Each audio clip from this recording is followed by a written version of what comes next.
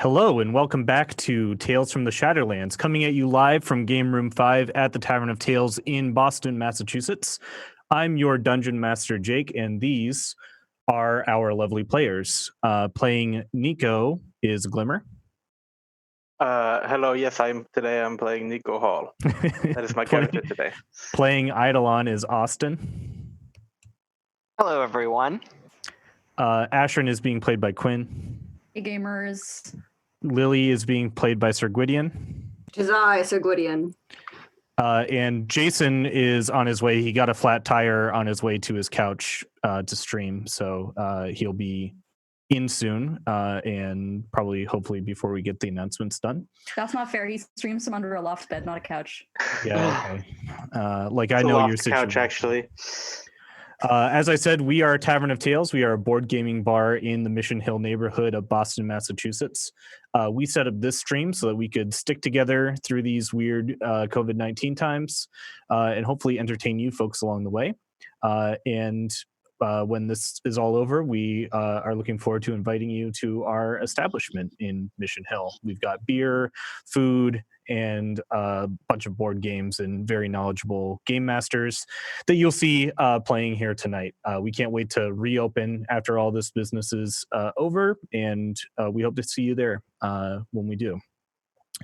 But until that time, if you're looking for something else to do with your copious amounts of free time while in lockdown, we are also offering a free online Dungeons & Dragons campaign set in the adventure-filled world of Eberron, Massachusetts.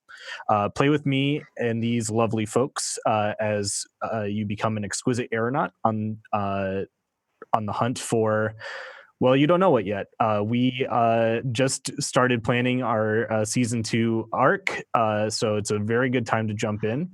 You get to ride around in a big old airship and rain hell upon the heathens of Eberron. It's great. We run every Tuesday, Thursday, and Saturday from 6 p.m. and do signups on at 5 p.m. the day before. Our season 2 is kicking off on this Saturday. So if you're interested, you can find out more information at tavernoftales.com/DND. That's D as in dungeons, and N as in nobody looks forward to this bit, D as in dragons. We have a Discord available. You can make your character there and sign up for Saturday sessions that are starting at 6 p.m. Hope to see you there. And with that out of the way, let's jump into it. Last time, the party left Tarek City, heading on the road south towards Rainmere on their journey to absolve their debts to the Singing Crows by turning in the head of Garrick Heartkeeper, an infamous necromancer that they had slayed while on another mission for the Crows. Along the way, they discovered a small tower under attack by the Red Palm, a fascist uprising that had conquered and occupied the roads between the free cities of Dunmarch. Sir Gwydion would not stand for their wickedness and charged forward, compelling the rest of the group to follow. After a hard-won battle, they were welcomed into a tower which was larger on the inside and host to two peculiar characters, perky halfling ranger named Larkin and Lady Hulvern, a priestess of the cult of the death god Bolstair, who moved into the swamp to research the plague. The party learned a lot about Bolstair and the plague from her, but something lingered there that they didn't quite trust. Last we left them, they were crammed into one of the tower's guest bedrooms, discussing their options and where they move on from here. It is slightly after midnight on the third Pi Day of Piketide, year 996 of the Great Silence. The day is named for the Duke of the Wild Places, Picus. The month is named for the Duke of Strife, Phineem, and the year is named for their absence from the world. Players, what would you like to do? Are we still all crammed together in this tiny room? Forgot what we were fighting about. We're thinking about going down the trap door. We're thinking about it, but we decided, yeah. No, we decided that we weren't going to. Where we left off, we had decided that we weren't going to, and that we were just going to make a bolt to Rainmere in the morning. Also, hello everybody. We This don't is need to. Jason. He White plays Claw. Night Scales. Yep. Hi. Who's this man? Well, I'm. I don't quite trust Lady Halvern, but you know she's given us this space for the night, so we've agreed not to raid her basement. I say let's take. If we advantage of decide her later that hospitality. it would be a good idea to, then we can. But we know what this is. I don't believe unleashing a plague on the world is the best idea for the moment, for the No, it's time not. being. We've already done it kind of once in St. Gertrude. It's really great that only 2 people got affected. So, yes, let's not open up a whole You all casket of assume problems. that here. was what was in the package. We don't know for sure, but yes.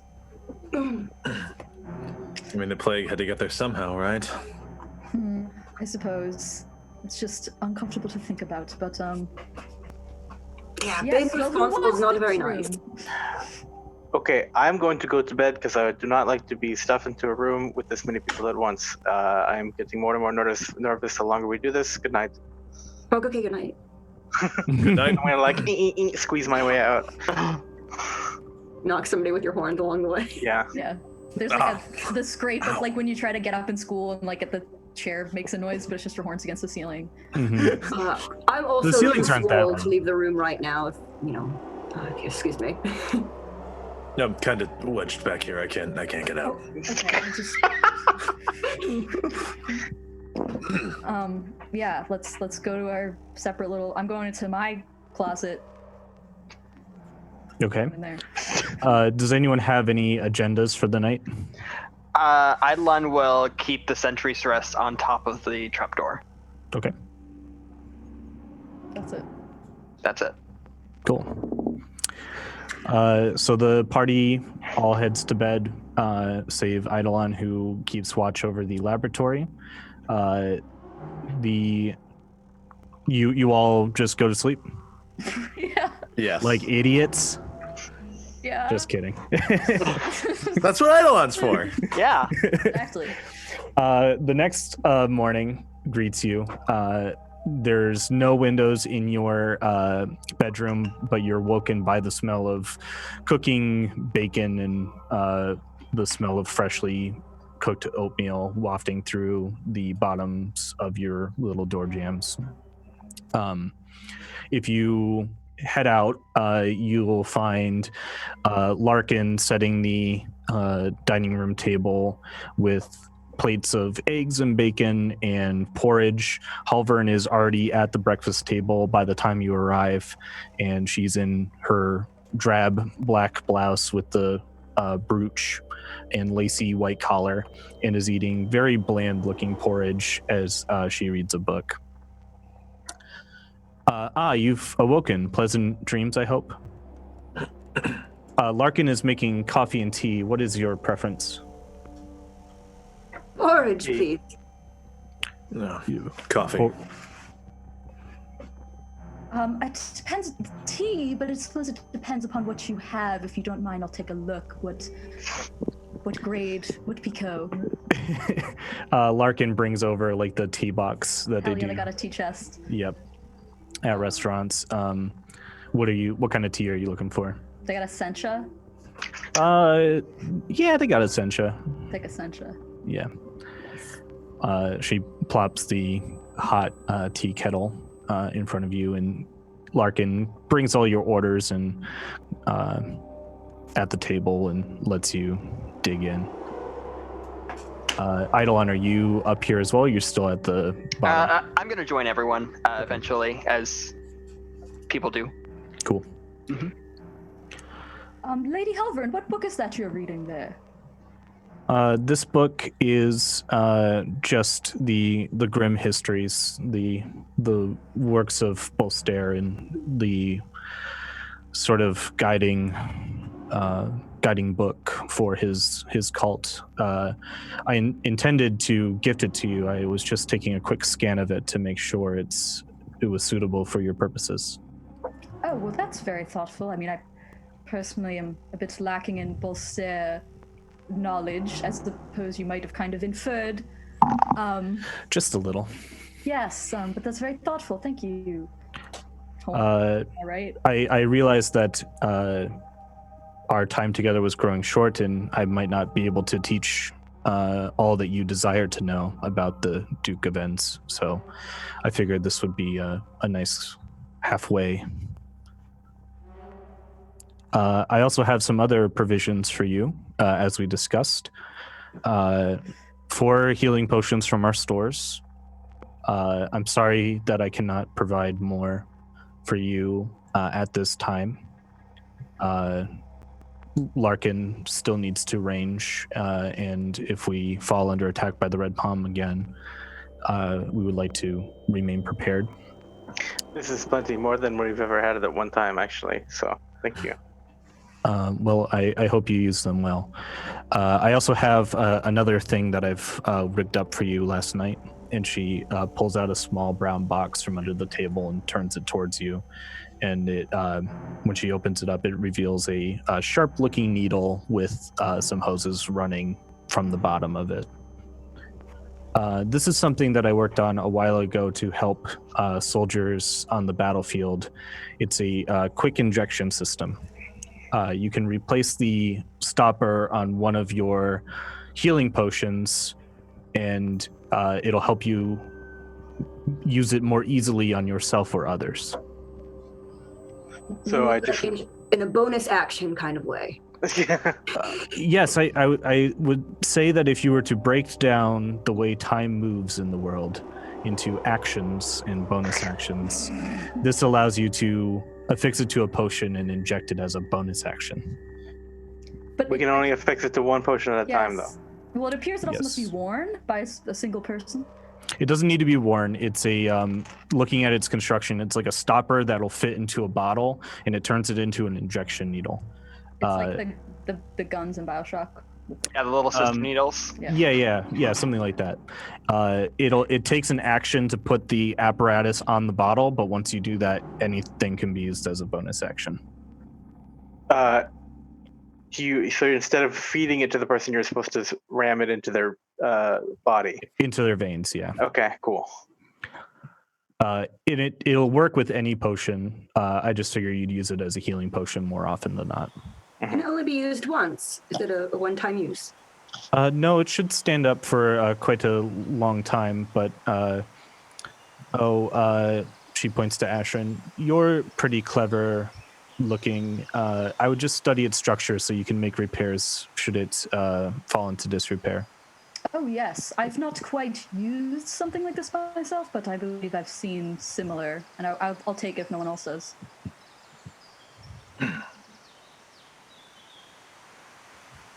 Sounds good.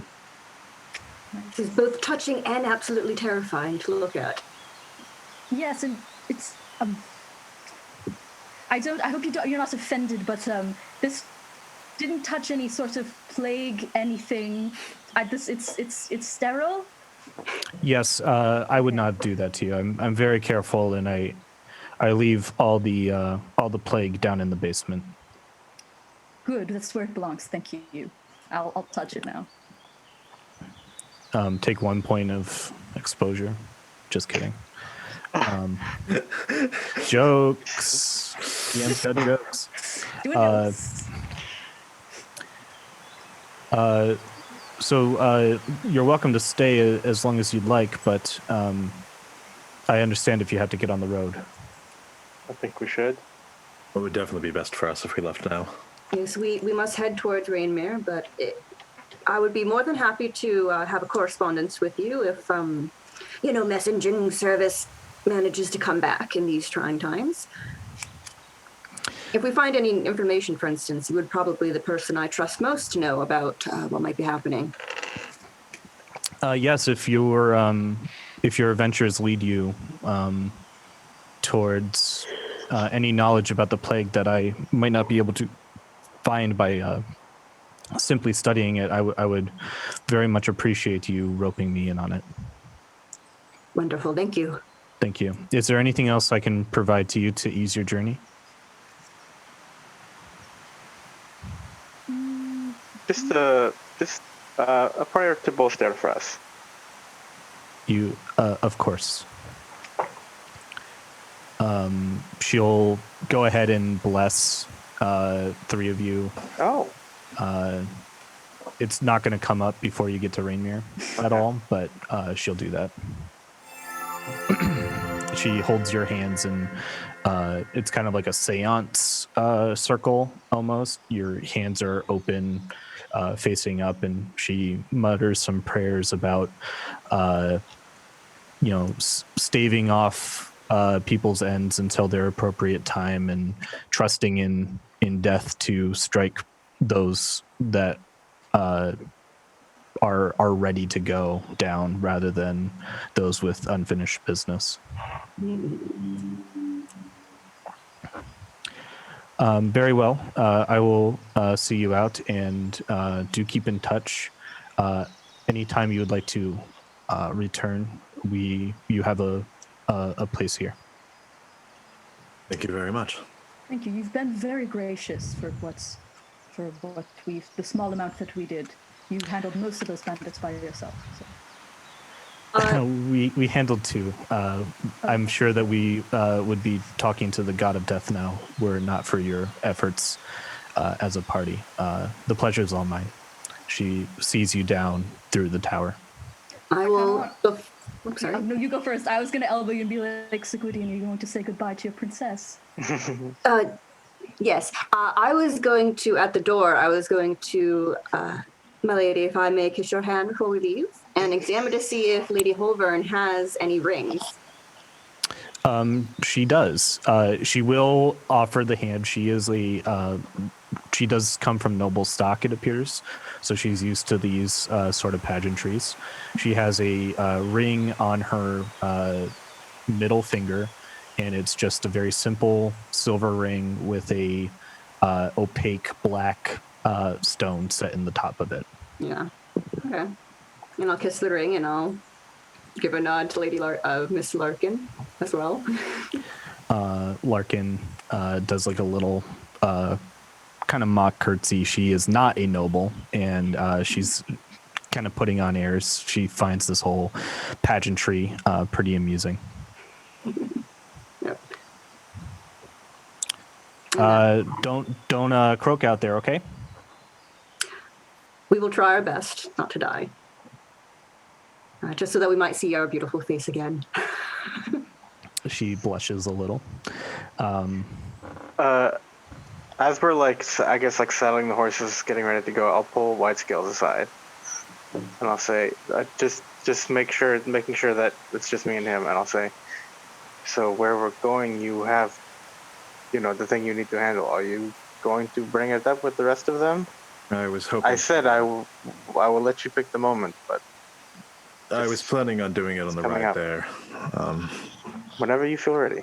Yes, I'll do it now. I just want to get away from this tower Absolutely. first. Sure. Thank you. Are we? Sorry, I thought you were done. Are we expecting to make it to Rainmere tonight? Let me head to the map.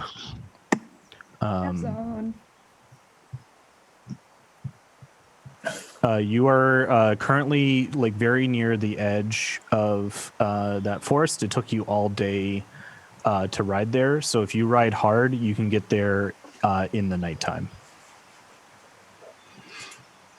So you're currently right here on the map, and then you got to get all the way into here. Okay. Yes, we have to get through the swamp. I don't really want to stay in it. They said we should stick to on the roads. You just keep riding even if we do see any of the red palm. Yes, we would not like to be stuck in the swamp for the night. I'd say we push the horses fairly hard and just do our best to close the gap. I mean, after we get there, we'll have enough money to buy new ones. I figured as much. I gave them an extra heaping of oats last night anyways for the ride today. Give them their treats. Yeah. And unless anyone has anything else for Halvern, that's what happens. You are riding the horses pretty hard through the swamp. It's summer. It's very humid. It's very hot. Bugs swarm around you and the horses. It's not the most pleasant place to be. If you scan the horizon, you can see some common people in like swamp boats with the big poles, fishing or trying to trap some alligators for whatever purpose they have for those, and big towers and parts of the old city kind of lay synced into the various muddy pools that make up this swampland. Anything to do on the way to Rainmere? I would wait like 45 minutes or so until after we went by, and then I would probably ask if we could take a moment to talk. I mean, we probably have to like stop for like to rest the horses and like eat or something at some point. Yeah, so you can do this while you're stopping for lunch. You find a particularly unbug laden area of the swamp. I would like to talk to everyone about something for a moment, and I'll kind of shoot Glimmer like a look. I'll give him like a reassuring little nod. Rainmere holds much more for me than I've let on, and I believe I've let you in on this fact, but I have business there.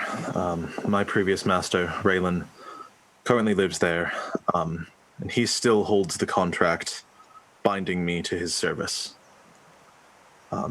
My entire intention was to get out of the Singing Crows and go find him and take that back, whether through word or through blade. That intention has not changed. I spoke to Glimmer about this the other day, but he told me that he would be with me when that happened, and I was hoping that I could trust in the rest of you to also lend me aid if necessary. I was hoping this too. I told White Scales that I was pretty sure you would all be willing to help. I mean, of course, right? We agreed to stick together even after we finished our debts. So, yes, of course. We'll help you with your trouble. At least I will. I can't speak for everyone else. Eidolon kind of is pausing for a little bit, and he's trying to process this. Breaking a contract through force? Oh no.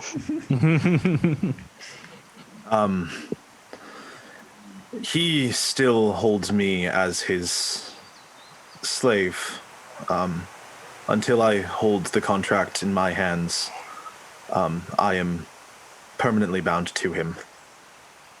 Is he your creator? No, he is not. This is a blood debt. It's a very literal contract.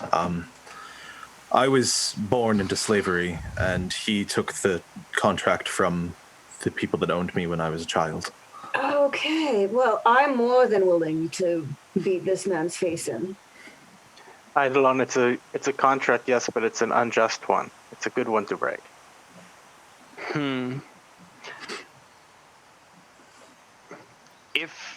If your life comes into threat, White Scales, I will be there to help you.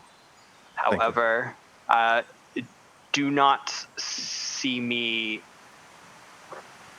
aiding you in violence for this contract.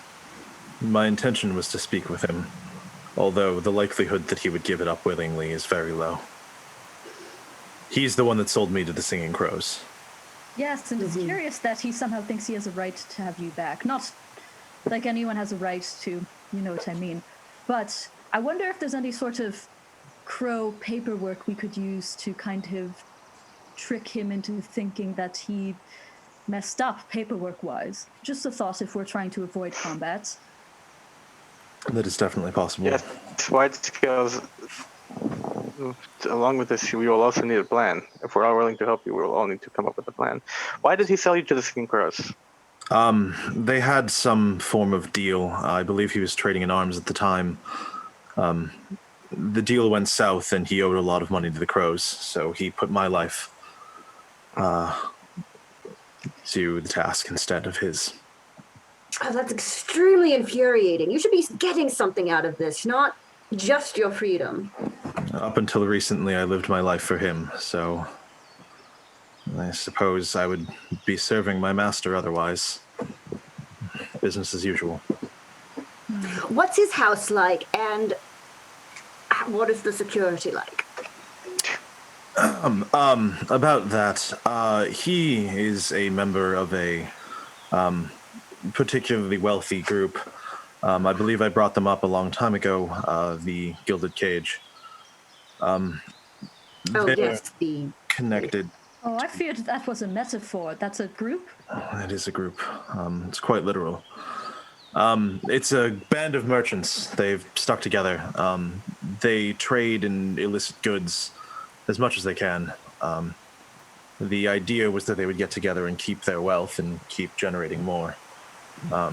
Over the years, they have grown more criminal than merchant. Think of them almost as a thieves' guild or a crime syndicate. Taking over smuggling rings because there's no authority to look over it and stuff. Especially with everything happening in Rainmere at the moment, yes, I fear that they have grown stronger since I've left. Yes, groups such as those do tend to see an uptick in business in times of crisis. Can you tell us, I've realized this may be a little personal, so we can put it off till later. Can you tell us about the man himself a bit?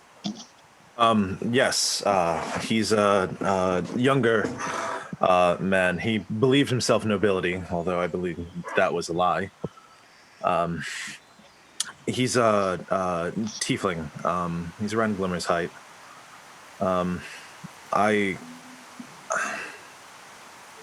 He himself has always put up a persona around me, I believe. He always treated me fairly well. What is it exactly that you would like to know about him? I suppose I was just trying to find a weakness we could exploit. Get a better sense of him. Is he vain? Sounds like it. As vain as most nobles are, I suppose. His wealth has certainly affected him in the recent years. Although I resent that. I don't like slavery in the least. I don't think any of us do. Bondage, I think we can all agree on, very distasteful, as we are currently part of it. And the type of bondage it seems that you were in, White Scales, doubly so. So, I say we do our best to come up with a plan. Because from how you describe the situation, perhaps violent force may put us a little bit out of our league. If it comes down to it, of course we'll fight, but... Yeah. How once we're in the city, how long do we have? Will you be recognized immediately, or will you be able to keep your head down? Do you need a disguise? It would be difficult to disguise me as I am. I don't know how familiar any of you are with Rainmere, but there are a lot of merchants. There are a lot of people, and there are a lot of people that would recognize me nearly immediately. I think that it will be nearly impossible to prevent the information from spreading. It might be best if we go to them after our business is taken care of. So immediately get what we need, just in case we do have to cut it and run. What are our exit options? I know we could probably buy more horses, but it's a port city, right? I've never been on a boat before. They're interesting. I'm not quite sure what we could do as for our options. We would probably be stopped before that. And we have other business, don't we? In Rainmere? I thought someone else had mentioned something of that sort. Well, we need to collect our coin. Yeah. Yes. Do they have any enemies? Perhaps within the Gilded Cage?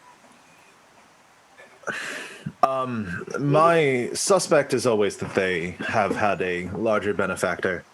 But I have never met anyone as such. there is the possibility of us using the Singing Crows, but they owe us nothing. Although they are a little raw still. Do you think that we would be safe enough to get into the city and get an idea of what the Gilded Cage's situation is, what Raylan's situation is before we move? Would we be safe to do that? I believe so. Or would you be? Are you under any danger of being grabbed off the street, or is it? I highly doubt that. I think we should still stick to a buddy system anyways, just in Well, case. we've got an odd number of people, but I like what you're thinking. I mean, perhaps Eidolon doesn't need a buddy. Eidolon can take care of himself. That is agreed. Perhaps we could enter the city and not immediately, as much as it pains me, immediately cash in our bounty. For then, if perhaps one of his allies came across you, you could simply say you're on the Singing Crow's business and you're still bound to that contract while we find out more about the situation. That may not be a bad idea. Because I'm then they in have no... the Crows to contend with, not just us. That is a good point. To answer the original question, no, I'm not in any danger. Think of me as a prized racehorse. They wouldn't do anything to harm me unless I attempted to break my contract with Raylan. They don't intend to harm you until you've lost your use. Exactly. Up until a few weeks ago, I was nothing but a... They would have people within... Sorry, you were what? No, nothing. Just waxing philosophical. No, they will not harm me unless I harm them first. But if you won't be in the Singing Crows anymore, will you still be of use to them? Or would they just try to, like, cut off a loose end? As long as my contract with Raylan stands, I am his to command. So yes, I am considered a member of the Gilded Cage even now. And if we were to cut that contract, would you then be a threat? Potentially. Although I don't know how much farther it spreads from Raylan. I think he's the one that would care the most.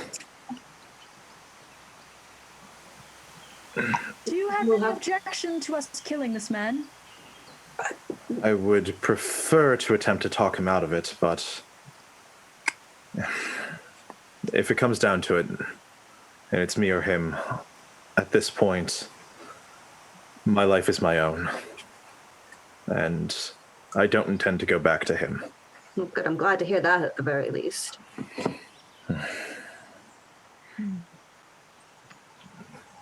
I'll think of a plan as we're in there. If, the worst comes to worst, maybe I can go down to the docks and secure a ride or a carriage or something. I think some more intel will be needed, but I'm glad you told us White Scales rather than going off and trying to handle this business on your own. I have found a place that I feel comfortable. And I thank you all for that. I'll give you a hearty pat on the back. A very platonic pat on the back. Would anybody else like wine jerky? Jerky wine? Wine and I'll jerky. take some. Oof, heavy.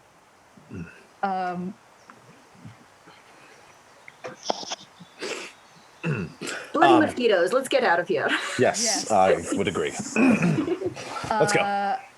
Something I would love to be doing is looking at the journal that I got yesterday while we all kind of are like, that was a huge amount of emotional baggage. We don't know what to say next. Do you mean the bolster? Oh yeah, we got the bolster book from her, right? I got a book off a dead guy. Yep. Okay, I would like to another read book. the Dread Tales or whatever book that what was it called? What was it called again? The Grim Histories. Grim Histories. I was close. Can you read a I'll book read while that. riding a horse, or is it like driving? For you, Quinn. Quinn. That's not your name. Your name's Ashrin. For you, Ashrin, you can, because it's like very like light novel, not novel. It's a very like light reading. It's very like the handwriting is very large, and it's like very light reading, I guess. For something with like the Grim Histories. Glimmer's riding with me. He doesn't have to pick. Yeah, then Glimmer can read the book. Woody, and you kind of have like the book propped on your back as you're riding your horse. They're very broad shoulders. It's okay. Yep, it's a good book stand. Ashrin, you read some pages of the book, and it's very basic, like military jargon. At first, it tells the life of a guy that is out for gold and doesn't really care who he has to mess up to get it. They mention going to a bar in Rainmere called the Punctured Heart, which is like a dive bar. And this is like a diary of his, right? It's not like a story. It's like a diary, yeah. But it's like from his point of view, and he's like talking about his like run-ins with the law and things like that.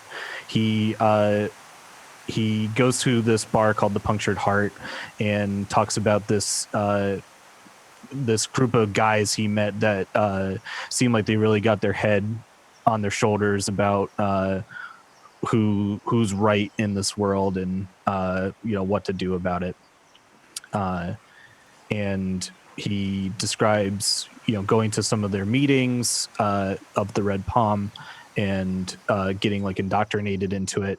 And then the last few pages are like bespoke like military commands. He wrote up he rose up to become pretty liked in the group and was given the role of a lieutenant in this new emerging army.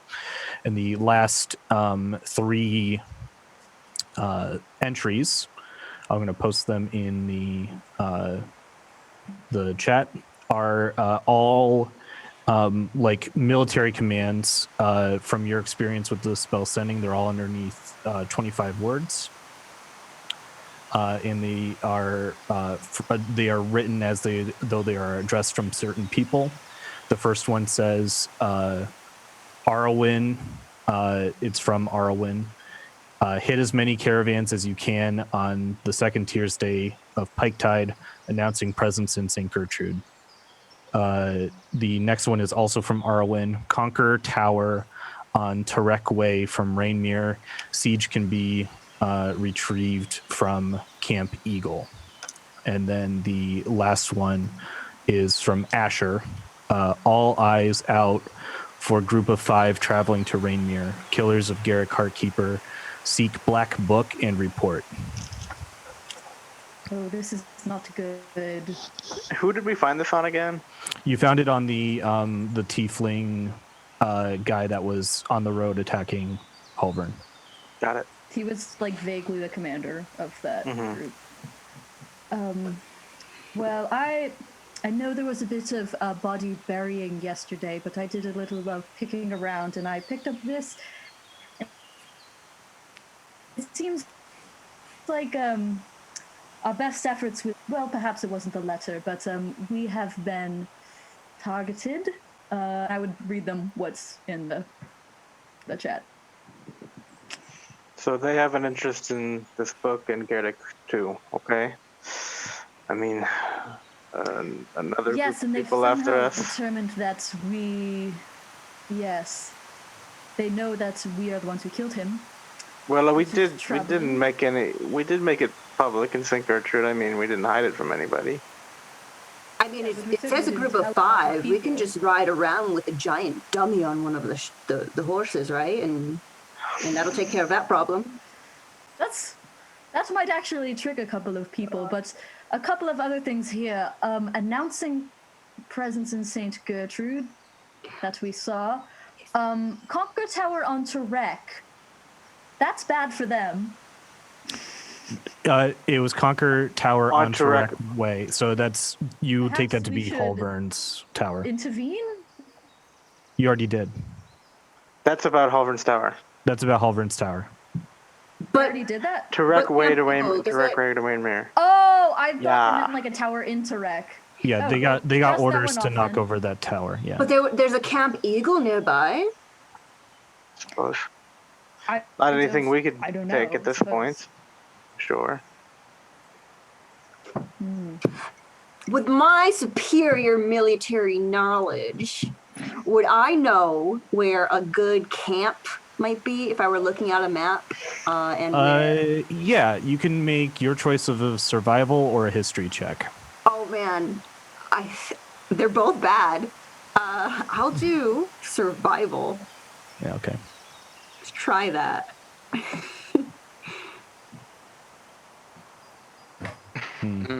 It was a 5. Probably definitely not in the swamp. That's about all you can tell. And yeah, I have no idea where Camp Eagle would be. No. Well, we should keep an eye on it as we progress, but for now, I do think that we continue to speak very lightly about Garrick. For Who? Red Palm. The Oh no. the guy, you know. We should really know this. So Gwydion, Sir Garrick Heartkeeper was the man inside the golem that we killed. He's the Oh one yes, okay, the that's dirty from one. he got. Yes. He was in there for a while. Okay, yes. Yes. The one whose slime you were briefly immersed in. Yes, it was very uncomfortable. I remember that So- very well. Don't Although if- mention him to anybody unless we say it's okay. Okay? Although, if you'd like to forget him again, that's perfectly fine by us. Yes. There- Also that. Yeah, If don't. there's a way for you to just choose to forget about him, then that's also good. If you hit yourself really hard in the head with like the pommel of your sword or something, maybe. But I fell. I was inside the golem when it fell. I'm literally on the front lines, Glimmer. Why don't you forget his name then? Find that. What? Who? I'm gonna run harder. I'm gonna ride really hard so conversation stops. Oh, did he? Oh, there he is. I actually do have an idea. If we are looking for more information on the Red Palms, there is a location in Rainmere that we may be able to get a little bit more information out of. I would discuss it more once we get there, but I do know my way around the city, and if we're looking for illicit information, I know where to find that. Sure. This man's journal also mentions a place called a tavern called the Punctured Heart. I don't know if you're familiar with that in Rainmere White Scales. A source of information. Jake, do Yep. I know it? I do. It is outside the city walls. It is a rough and tumble,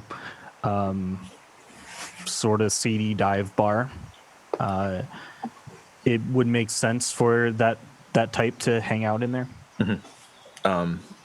Yes, I am familiar with it, and then I'll feed the information that Jake just gave me to you. Perhaps we should stop there for the night? Because I fear once we let out that we are the killer of Garrick Heartkeeper, it may be a little bit more dangerous to head back to that location. Word will travel very fast in Rainmere. Yes. So perhaps we visit it first, glean what we can, and then maybe also get a little more insight into the city and your situation. I agree. Yes, that sounds like a good plan. Cool. What is this Bolster book? Tell me. It is like the standard Bible of the cult of Bolster, and I don't use cult as like a negative word. It's just like within a religion, it's a group of people dedicated to a certain god in the pantheon. And it talks about rites of burying the dead and how to treat the dead. It's very it's anti-undeath, it's pro peace.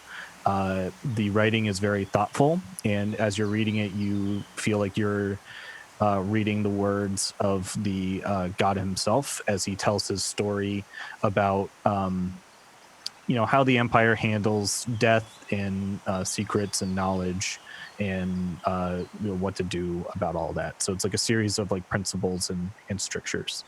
So reading it, you can ask any question you want about like the basic belief in both Stare, and I'll give you the answer. Yeah, my main thing would be Bolster is the god of death and secrets. Yep. What does he does he encourage you to keep secrets and not tell people things? Is it just like the secrets of the universe? It's like secrets and mysteries and like hidden knowledge. It's to keep information safe. It's not like deception. It's like no. Okay, got it. And then the other like task that he describes is that when you die, you go before Bolster, and any secret that you brought with you to the grave is divulged to him, and then he passes you on to your deserved afterlife. So okay. he logs all of the secrets that make it to the grave. Hey guys, if we ever want to interrogate an NPC really good, we got to kill them and take them to the feet of Bolster. Check this. Sounds like oddly religious talk there. Summer, are you thinking of taking on the priesthood after meeting Lady Holborn? No, I was just curious. It will help us learn what... I was hoping it would help us learn what we need to learn about Bolster and his connection to Heartkeeper, but... Assuming that the gods are still alive. I mean, alive or not, there's a connection. There's a connection, but I mean, silent may as well be as good as being dead, so I don't think we'll have a chance to ask him anytime soon. But they were not silent to Garrick, remember? So that's what he said, and I hope that he was not quite tainted by madness when he wrote it. It's difficult to believe. Do you think that he did that to himself? Do you think that he infected himself with the plague? It's possible. Why would he do that? Well, Holborn said something about a connection between the plague and the gods, right? Is that right, Jake? Holborn said that the plague was so ferocious that she would have to attribute it to the divine. Okay. There's no which god or the lack of gods. It's just the gods are somehow involved with the plague. We don't know. I mean, it kind of sounds like a death cult, if you ask me, going around slurping up jungle juice to get closer to the gods. Well, it certainly doesn't sound pleasant, but it's difficult to say the psyche of a man who, I don't know, tried to conquer a city with a necromantic army, locked himself in a golem when he knew he was going mad, and wrote all sorts of letters and things, but... Well, he's the only source we have as to anything that's happening here, so... Correct. We have to work with what we have. I like realistic goals, like getting free of the swinging crows, and we'll put solving the plague on the back burner for now. Oh, yeah, okay. Anything else before you proceed? Your plan is to head to the Punctured Heart, right? Mm-hmm. Okay. Yeah, I would just like to keep reading the journal over and over again. I'm not searching for anything. I just want to immerse myself. Okay, you have all the information that you need from it, but you can commit it to memory. Okay, so you keep on traveling south towards Rainmere. A little bit after sunset, you make it into the outskirts of the city. It starts off with a large shanty town, wooden houses built really small, clustered around larger buildings, mostly pubs or like grocery markets and things like this. White Scales, you are familiar with this area of town. You've probably done some like enforcing here before. And though you've never set foot in the Punctured Heart, you definitely know where it is and know about it because it's where a lot of your competition would prefer to go to drink or, where they might hang out afterwards. So you've heard of it, but you've not been in it. Excellent. and you round the corner on these muddy streets outside the city. Rainmere itself is closed off from the shanty town by a large gated wall that stretches 40 feet up into the sky. The skyline is dominated by a hill that has a domed structure on the top. White Scales, that's where the government is done. That's where the Scarlet Council meets, the governing body of Rainmere. You turn right and head down the road towards the Punctured Heart, and it's a shabby little tavern with some horses hitched outside of it. It's got a sign with a anatomically correct painting of a heart that's been just cleaved in half, and then the sign has been affixed back onto itself. And from outside, you can see the windows are alight with flames and flickering light, and as well as the sound of light music playing. It doesn't seem to be very as body as you thought it would be. It's not very upbeat music. It's kind of sad, listening music, and there's not a lot of activity coming from inside. This was mentioned in the Red Palm, the Soldier's Journal, right? Yep. This is where the commander met the Red Palm. Okay. Well, this is it. God, one steals the horses. How depressing. Well, just keep an ear open if anyone tries to recruit you to the Red Palm, I suppose. Learn something. What is our objective? Learn more about the Red Palm and possibly about the inner goings of the city as well. Got it. Gathering. Yep. And with that, Eidolon starts walking to the bar as confident as ever. Hello, fellow kids. Do you know anything about the Red Palm? It's at this point that Eidolon would try to use his bounty hunter instinct and try and getting information. Mm-hmm. It is as soon as you enter the tavern, even being the shabby mercenaries that you are, you realize that you are way overdressed for the crowd. There is a bunch of people in sort of peasants' clothing, very shabby, pretty dirty.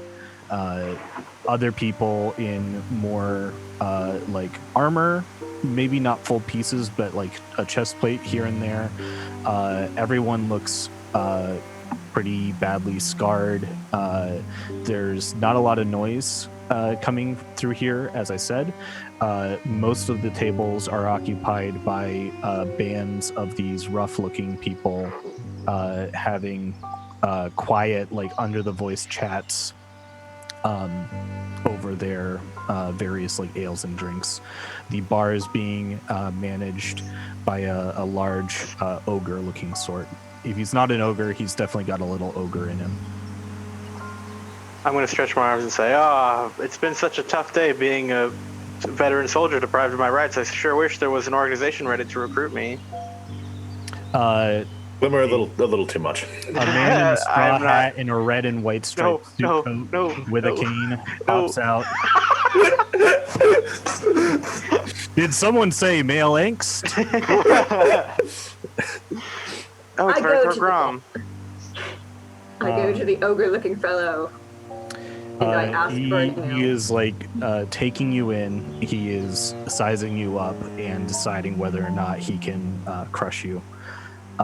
It's a very hostile first impression. I'm sure. Ale, please. Eidolon is going to back up Sir Gwydion. Let Sir Gwydion approach first, and then just kind of stand behind, towering over Sir Gwydion, helping them with any intimidation they might need.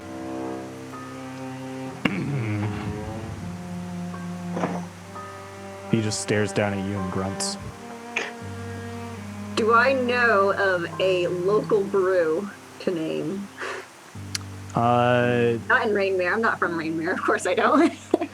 You want to try to pick the Salt of the Earth ale? Yes. It's called Salt of the Earth ale. No, it's not. It's it's called Babst Blue Ribbon. Yep. Sorry, I always do this. Bapst Ale. It's a Pilsner, actually. We're gonna get so many sponsorships. Yep. I'll pat Eidolon behind me because Eidolon has the money. And I'll ask. Throw a couple silver for a round for everybody. All right. I will give. How much does it cost in total? 10 1 silver. gold. I don't know. 1 gold. Sure. I'll. That hand is out- like he is That's robbing you. too Right much. now. That's too Yeah. much. Oh yeah. That's too much. But Eidolon doesn't understand gold, so he's probably doing. I mean, I understand gold, but like I'm kind of staring him down, and like knowing that I'm gonna get my payday, it's not gonna. It's. I mean, I'm about to go full Karen unless someone makes a gesture. I mean, at me. Eidolon also knows that if you pay the bartender well, he's good for information. Ashrin, this is a family stream. Please don't use slurs on our stream.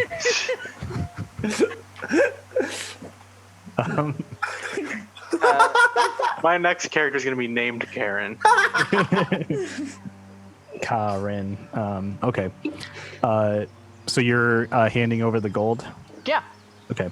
He picks out like a pretty dirty looking wooden tankard, fills it about 3/4 of the way, puts his finger in it and like stirs the foam around a little bit and hands it down roughly in front of Sir Gwydion. Oh, that can't be all. You might as well just spit in it while you're at it. He does. You drinking that, bro? I'm not drinking that, no. You just paid a gold for that shit. Do you want me gone? Because I'm about to leave. If you guys can't get anything, I just want ale. I can Wouldn't see this bother happening, me, right? man.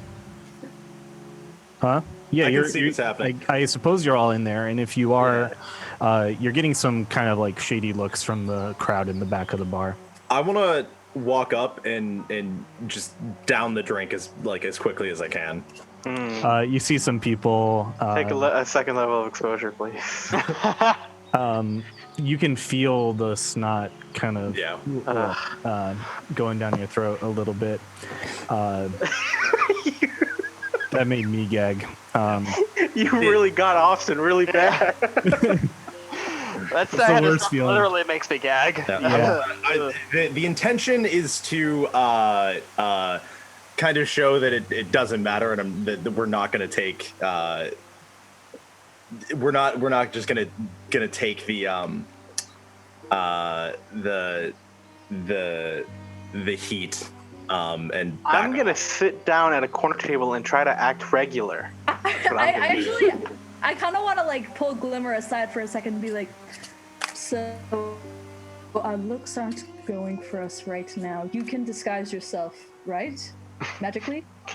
Yes. So perhaps we should go outside and come back in as a little bit more one of the average patrons and see if we can intrude ourselves better. Okay. I want to go outside and cast disguise self. I will Okay, go what do you look outside like? and also cast disguise self. What do you both look like? Like a less Chad version of Verithor Grom. Okay. Just kind of like a schlubby Verithor Grom. Oh no! Kind of a belly, but he's still built. But he's short because he's like my height. Yeah. And he maybe looks a little bit like Verithor Grom, but not quite.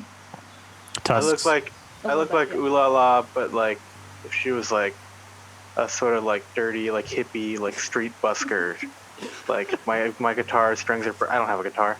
My face is dirty. And my clothes are dirty. When you two Got like enter, a ribbon wrapped around my forehead. You know, like a hippie old bandana. yep. Compared to Eidolon, who appears as like a walking suit of plate armor, and Please say something Gwydion. for Gwydion. Gwydion, who's like a pretty boy that is very naive, just like everyone can smell it on him. And White Scales doing his like look. Everyone's eyes are on this crowd of like 3 people who don't belong here, and to that end, no one really questions your disguises or your like ability to be in here. Nice. Is there's only one bartender? Yeah, it's that ogre. He takes up most of the bar, and it smells. Cool. I'm gonna have moved away after a short bit because of how it smells, I'm sure. I'll come up then and be like, excuse me, sir, can I get some ale? Yeah. Right. One And I'm copper. gonna put like I'll put 2 coppers on. Feeling generous tonight. Have a big score. Something quite like that, but things could be looking up for me, so just buy my friend a drink. I ain't seen you around in these parts before. Are you on some other job? Well, not quite. Haven't spent a lot of time in Rainmere, so haven't quite been here before. But if you hear about any jobs, I'm looking for one after this one. You can ask the crowd in the back. Fats Rolly is back there in the corner. He always has a little bit of work to do. You just want to be careful doing anything in the city proper. Right. Thank you, sir. I'll slip him another copper and like throw him with him. And then As he's talking, he's like locking eyes with White Scales. Like he's speaking out of the corner of his mouth and not paying much attention to you. He's sizing up White Scales and wondering if he's going to have to beat him up. I'd also. Oh no. I'll walk away, but I just want to be like. That's it. Okay. White Scales, Eidolon, and Gwydion, what are you doing? Maintaining eye contact with this bartender, for sure. Are you dumb? Quite the opposite. Then you realize that this isn't a place where you belong. You quite don't know where I belong, don't you? I'm gonna bonus action mind ping Eidolon and just say in his head like, "Listen, okay, we've been in here for like maybe 90 seconds. Can you please not antagonize the bartender this early on? Just get a drink or something and walk away." I disregard that message completely. Around these parts, it's people like you who know how to get a job. And you're looking for a job, huh? Always. Make a persuasion check. Sure. That should be just charisma. Nope.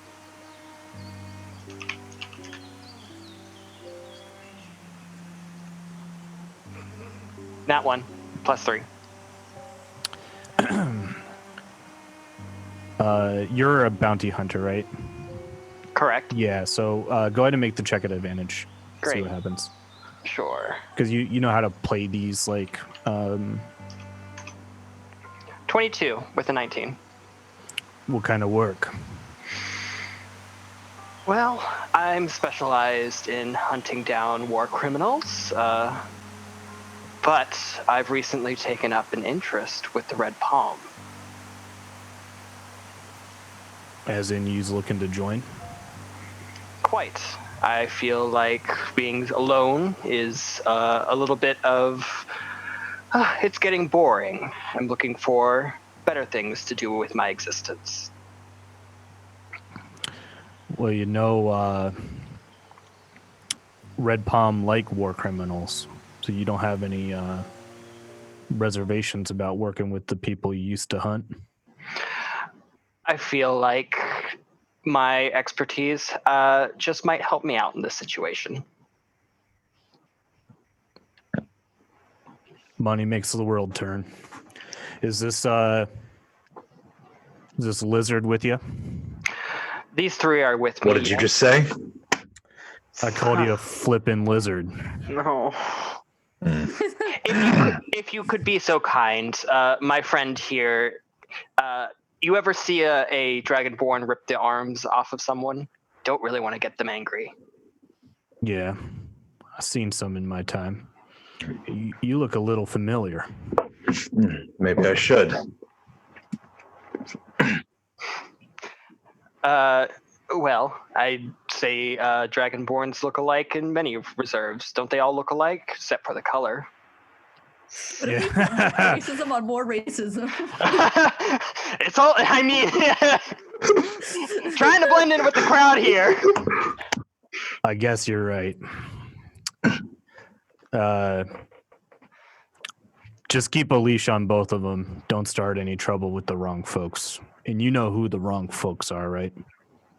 I think I've spent my time around them enough. All right.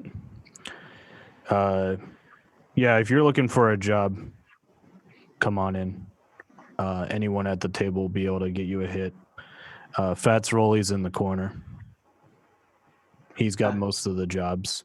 And you're going to want to make sure you go through him if you want to make it legal, so to speak. Very well. Thank you. And I flip him another gold. Puts it in his pocket and goes back to staring at white scales.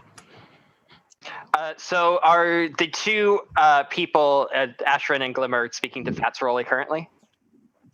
Let's switch cameras over to them. Glimmer and Ashram, what are you doing? I'm just sitting at the table, like, just looking around. Like, I'm sort of waiting for... I'm bringing the one beer I got back to you. Okay. And I'm just gonna be like, oh, this is disgusting. I don't even want it. Do you gonna drink this? I should pretend. I'll take a sip. How bad is Seems it? like Eidolon's. It's pretty watery. But it's drinkable. Yeah, it's okay. Okay, I'll Yeah, drink like- it. That's Most fine. of the bad taste comes from the mug. Okay. Well, it seems like so. I was directed back towards Mr. Fats over there, but it seems like our friends are doing an okay job. So perhaps we should just let them take the lead, and if they fail, move in. Sure. So I think, yeah. So I would just like to get my arcane focus and stuff ready in case stuff blows out. Yeah. But Mm-hmm. they're doing it. I'll mind ping Eidolon and say, we're leaving this one to you. We'll be back up. We can still speak like this for the next 10 minutes, so keep me updated. Oh, you should tell them we're in disguise as well. We're in disguise in the us. corner as a This is stinky orc and a stinky tiefling. I want to wink at Sir Gwydion. Yes, I figured that once you guys went out and came back in, two other random Okay, people. you're very smart, that one. Yes. I feel like a tiefling turning into another tiefling isn't very... Sir Gwydion doesn't notice. Okay. Um, Well, there's a smelly orc winking at you, so. as Eidolon would pass me, I would just want to grab his arm for a moment and lean in. It might not be for the best if I meet with this individual as well. I trust that you and Gwydion can take care of this. Certainly. You can wait outside if you're not comfortable. No, I'll be fine here. I just don't want to interact with any employers before we enter Rainmere. Absolutely. System, though, the buddy system. Make sure to keep an eye on the horses so they don't get stolen. I'll be right here with him, and I'll just stare at the ogre. He All he returns to stare back, and after a while he'll sort of lose interest if you're not doing anything particularly exciting. Mhm. Just he's got an eye on you, but he's not staring you down anymore. Yeah.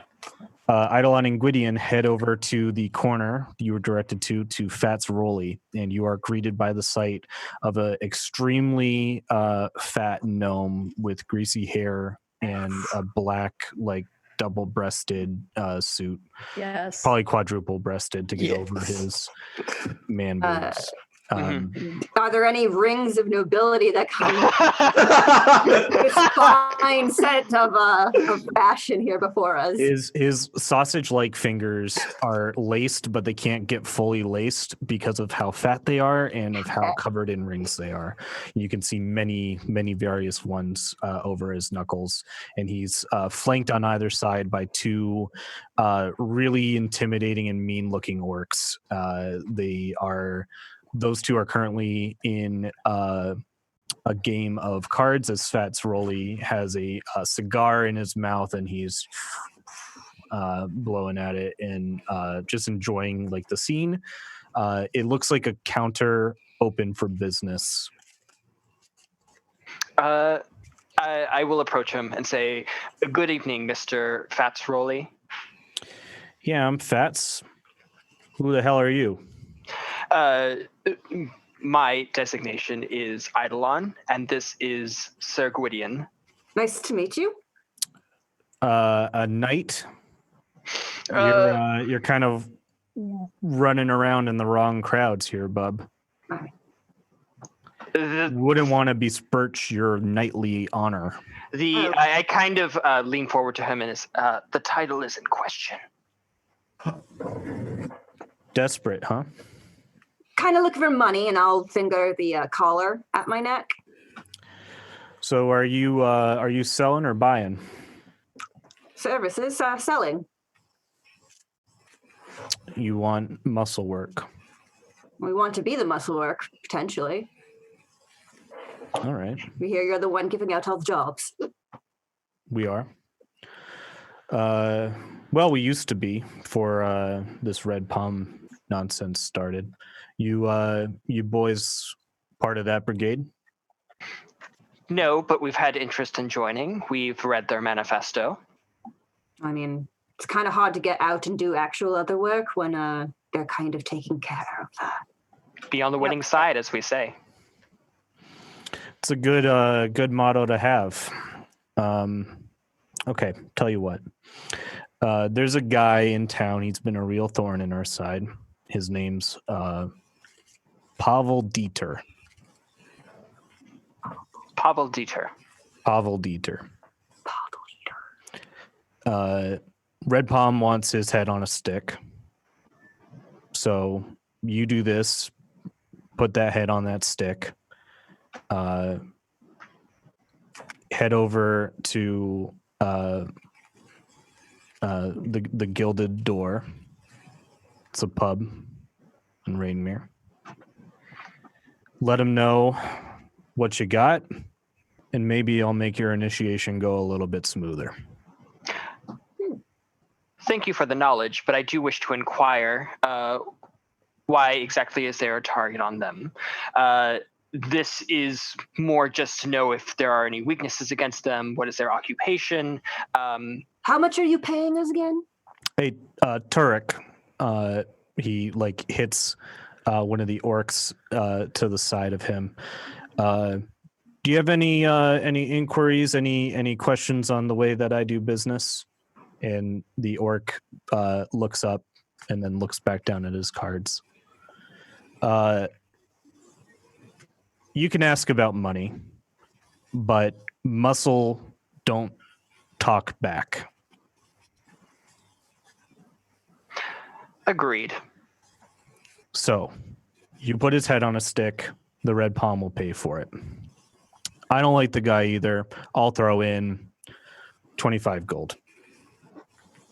Acceptable. Reaches out a fat, pudgy hand. I'll let Sir Gwydion shake, and then I'll just kind of wrap my tendrils of scroll around the hand and going up a little bit of the forearm as well. It's really slimy, right? Like, Well,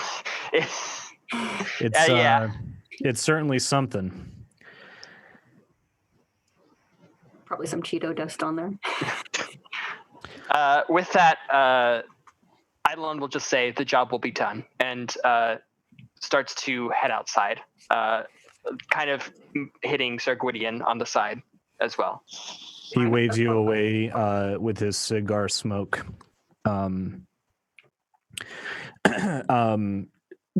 Ashrin and Glimmer, you're at a table near enough to hear this exchange go down. And as they move away, you can hear him lean over into his muscle and just like kind of chuckle softly and say, well, that's one way to get rid of new blood. You just toss him over to Dieter, huh? And the muscle laughs and continues on with their card game. Ooh. Evil is afoot. Very distasteful. Now, I wonder if that very unpleasant man knows anything about the Gilded Cage. Do you think it's worth a shot? Yes, actually, could be. Well, perhaps let's give them another 5 minutes or so to forget, and then I think I'll head over with some of my persuasive information gathering. Do you want me to come with Anyway, you? How are you doing, Glimmer? You excited to finish our bounties? I mean, you Yes. can if you'd like. Okay, I will. Yes, I'm ready to get the money, get the collar off, and then whatever's after that, I don't know. Get white scales free. That's important. I think that's very important to him at least. So me as well. Yeah, so I would like to wait like a little bit because it's like very suspicious to immediately go over after they leave. And then kind of like make it look like I'm picking up the courage to like walk over there and be like, hey, are you Mr. Fats? I was told that you hand out jobs. Who the hell's asking? Oh, I see. My name's my name's Grog. I looking for a job. I kind of new in town. But Who do you run with, Grog? you see, the boys back home, they call themselves the Backstreet Clan. Excuse me? The what? Oh, you know, Glamour. You're just kidding. No. Glamour! Way too close to my original name. I'm too anxious in real life to lie good today. I'm just gonna shrug and try to cast suggestion on Fats. Oh, wow, okay. Okay. So that's a wisdom saving throw. Okay. Can you also make like a deception check to disguise the spell casting from the muscle? Sure. I try to pronounce to be like, yeah, see, we call ourselves the Backstreet Lads, but it's in Orcish it's pronounced, and then say The Backstreet Lads. Okay. That's all I have. My guys, they were called M-Sync. M-Sync.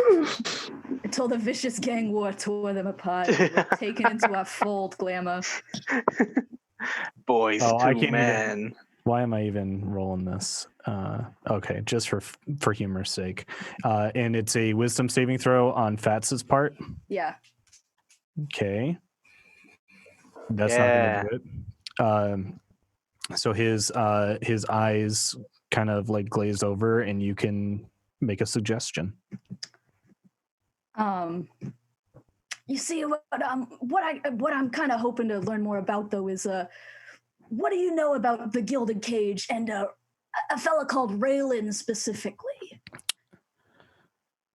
Are you saying like tell me everything you know about the Gilded Cage and Yes. Raylan? Okay. Yeah.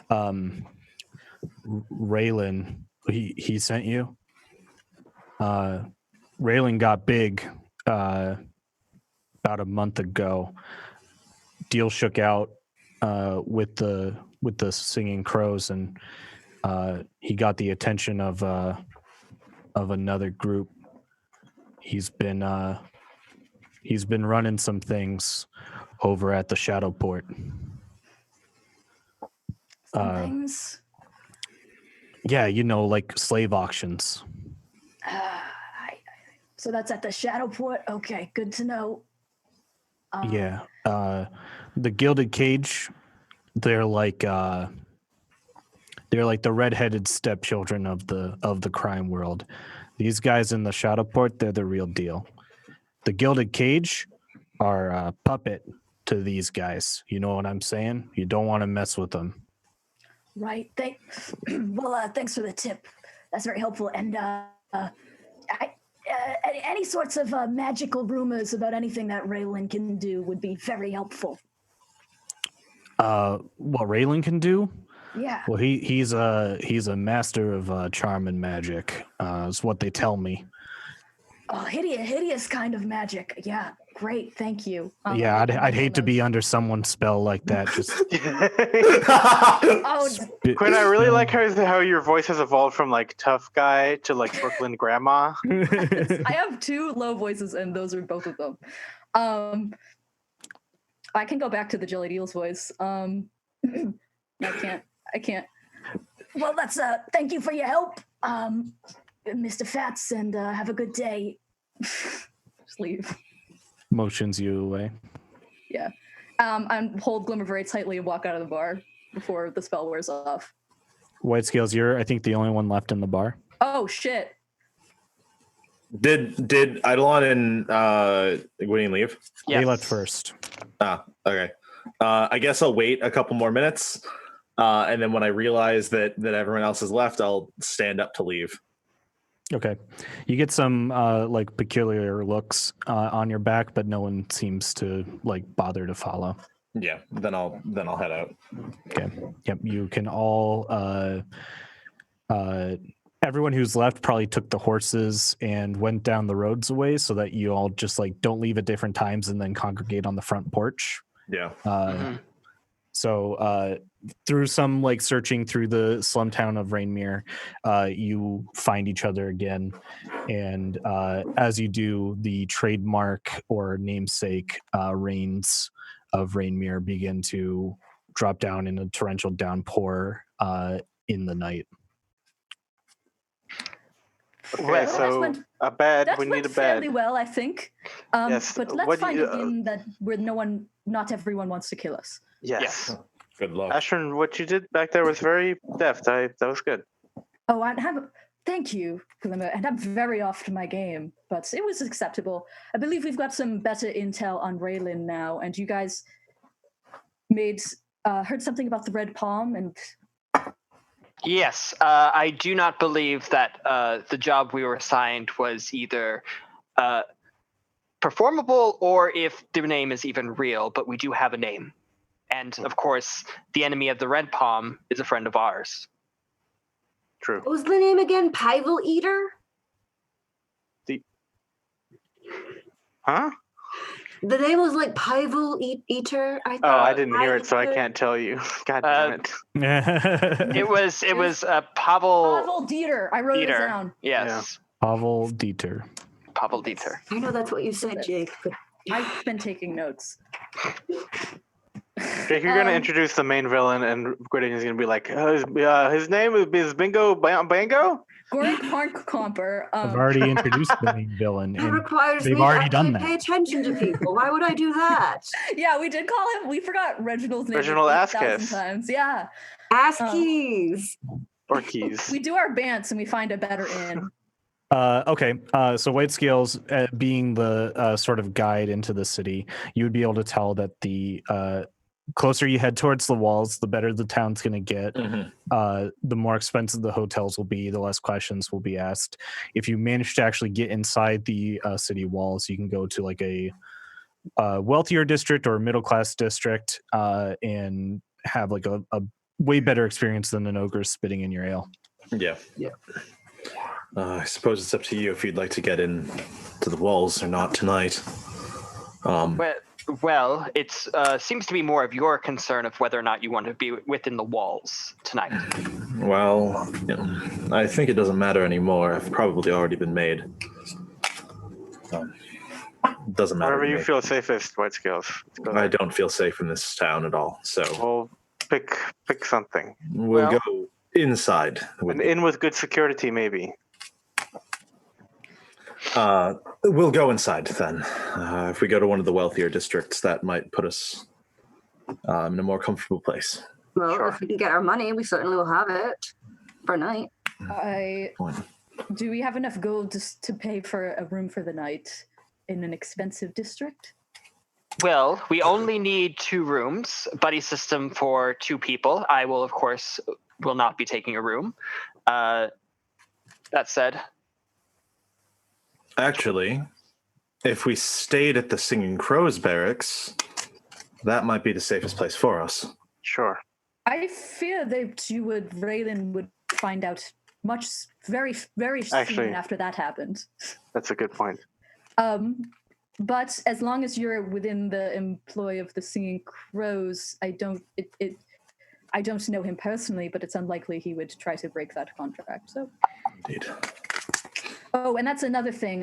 I also did a little bit of questioning, and it appears that this fellow has done a bit of climbing. I suppose that you were around for most of it, but apparently he's hanging about somewhere south of Shadowport and has gained a big big deal of influence after his deal with the crows. Don't know how much of that you were privy to, White Scales, but I figured that was the case. The Shadowport is a location I've been to many times. yes, they mentioned slave auctions. So And pit fights, yes. Well, let's make a decision. Should we go to the Singing Crows barracks, or would you rather stay in an inn? And in this more anonymous, just something that's well guarded, I think is good. yeah, I would rather just go to like any inn. We don't even just like anyone that's not the Punctured Heart. Personally, just like Sure. Okay. White Scales, you can easily lead people to an inn. Probably the safest thing to do would be to head to an inn run by like a rival gang.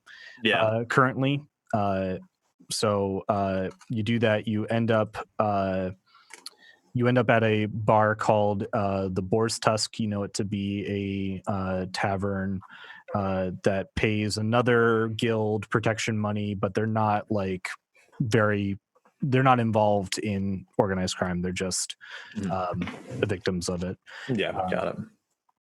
Same deal as you try to get into the gate. They ask for your gums. The guards here seem much more savvy than the ones in St. Gertrude.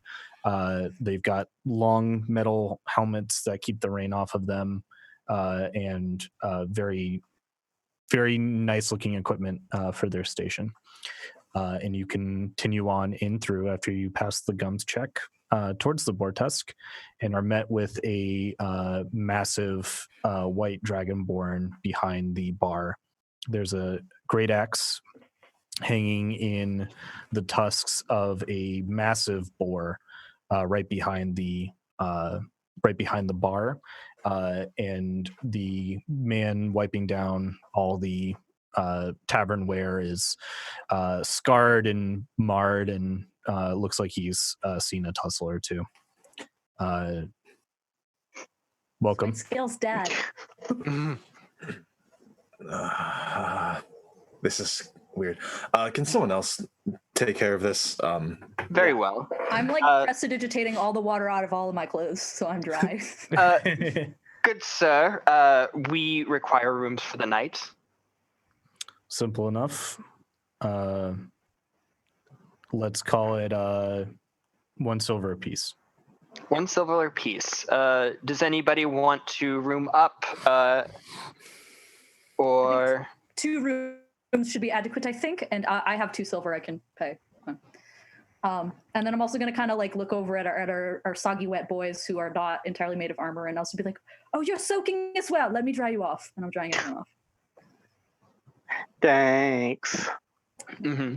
Thank you. The massive dragonborn pulls a key off of the back wall or 2 keys and hands them over to you folks, and says, "Just down the hall, and it's the first 2 doors on the left." The tavern is mostly empty. It's a very quiet night here. I would definitely like to ask the innkeeper if he has ever heard of the name Pavel Dieter. Pavel Dieter. Rings a bell. Can't quite place it though. Only a matter of seeking another job. Okay. I got some dish work you can do if you're looking for some extra coin.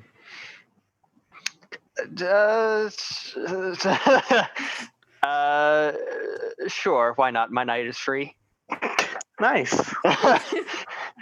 All right, and he leads you back into the kitchen to the 3-bay sink.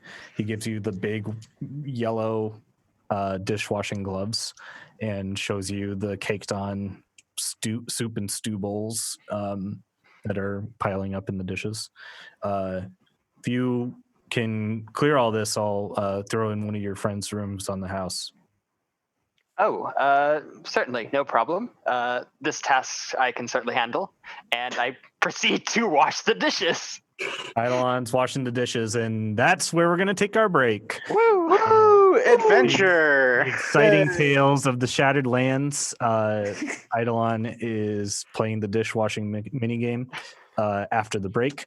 We'll be back here in 15 minutes at 7:45 to decide to see how the party decides to proceed in Rainmere. Will they go to Raylan to free White Scales right away? Will they seek to get their own collars off first? What's the deal with that shadow port? Find out only on Tavern of Tales _official .twitch.tv. We'll see you in 15 minutes. That's the end of my announcement. Thank you.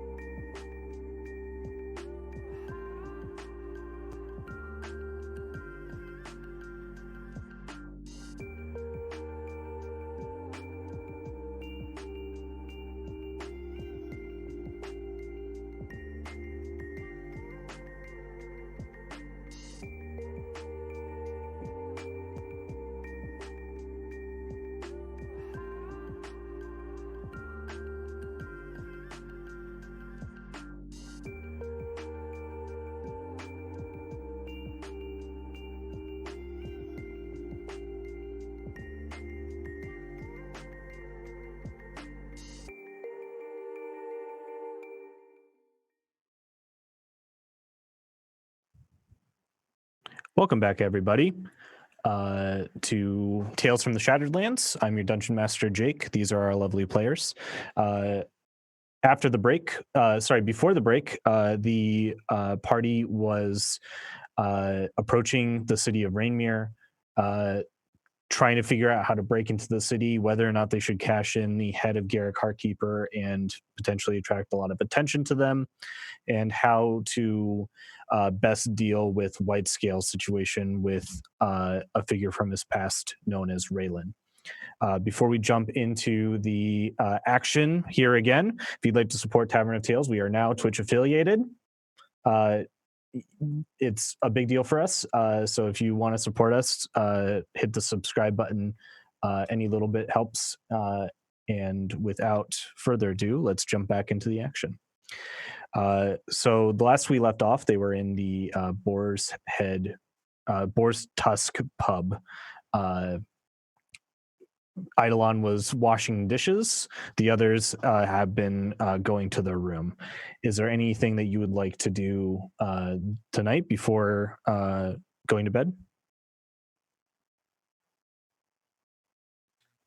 No, just like making sure we agree that we're gonna cash in and then check out the Shadow Palace. But yeah, I don't know. Maybe just get like an ale kickback. Kick back with some brews with the boys. Cracking open a last cold night one. of bondage, and Eidolon spending it in the kitchen.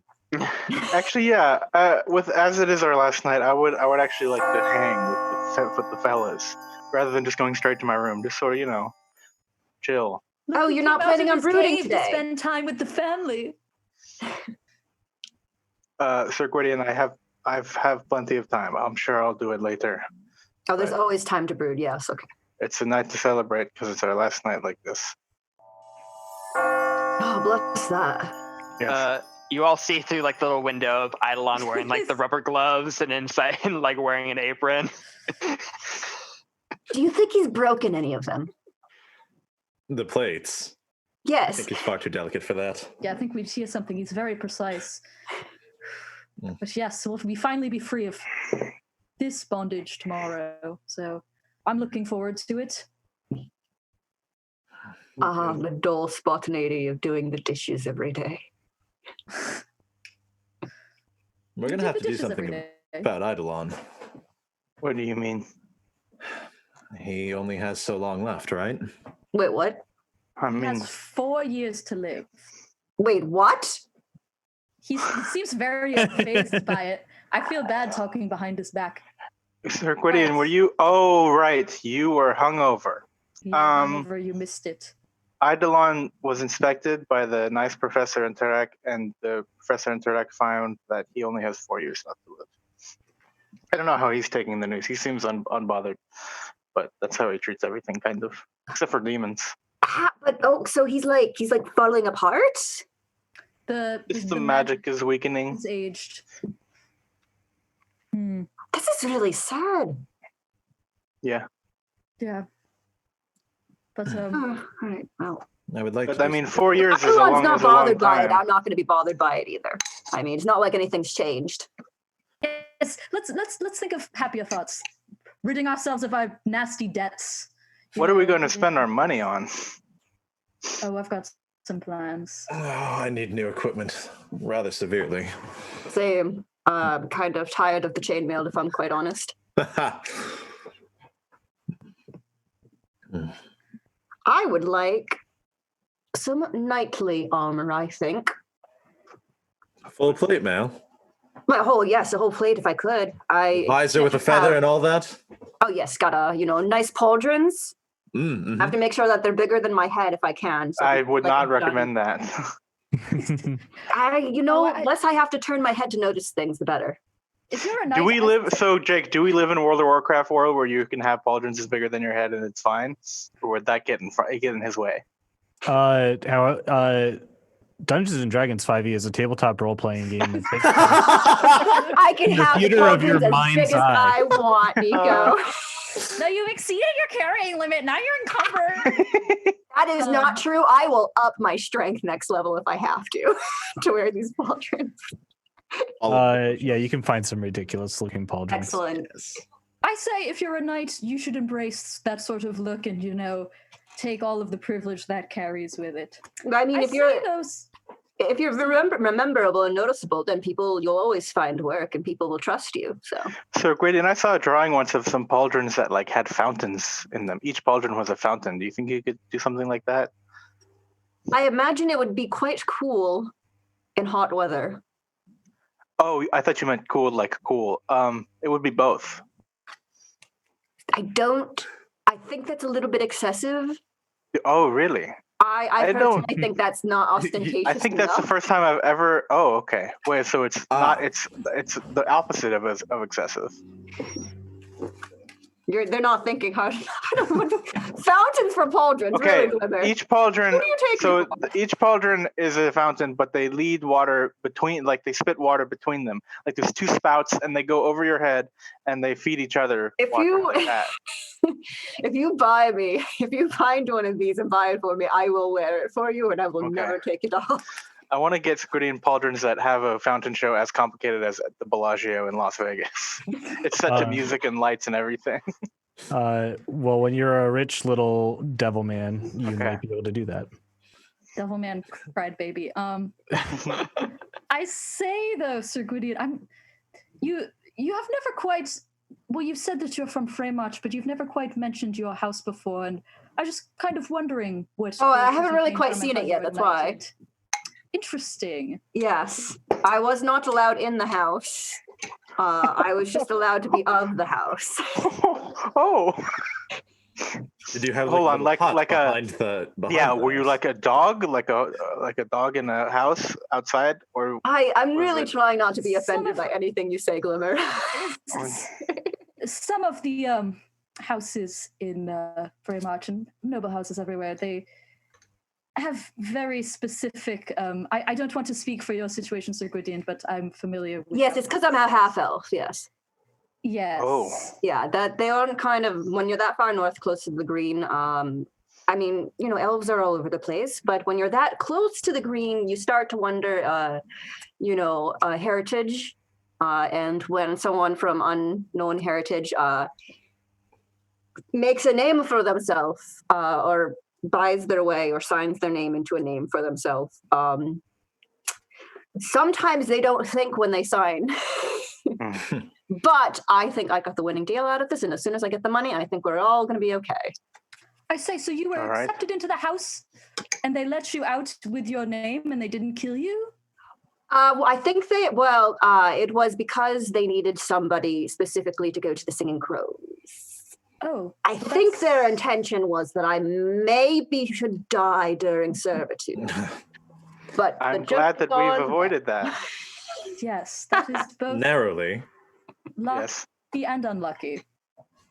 Well, I say, as it's our last night in bondage to old debts, we say good riddance to all of that, and good riddance to maybe any of us who have unpleasant memories of Freymarch noble houses that we no longer wish to think of. I'm going to raise my tankard and cheer. I know Cheers you're to that. hinting at something, but I won't ask. Well, you kind of just did, but it's okay. water? I won't. I'm not asking. I'm saying them. Are you Anyways, doing a Nico voice or a Glimmer voice? no, this is Glimmer. This is Glimmer being awkward.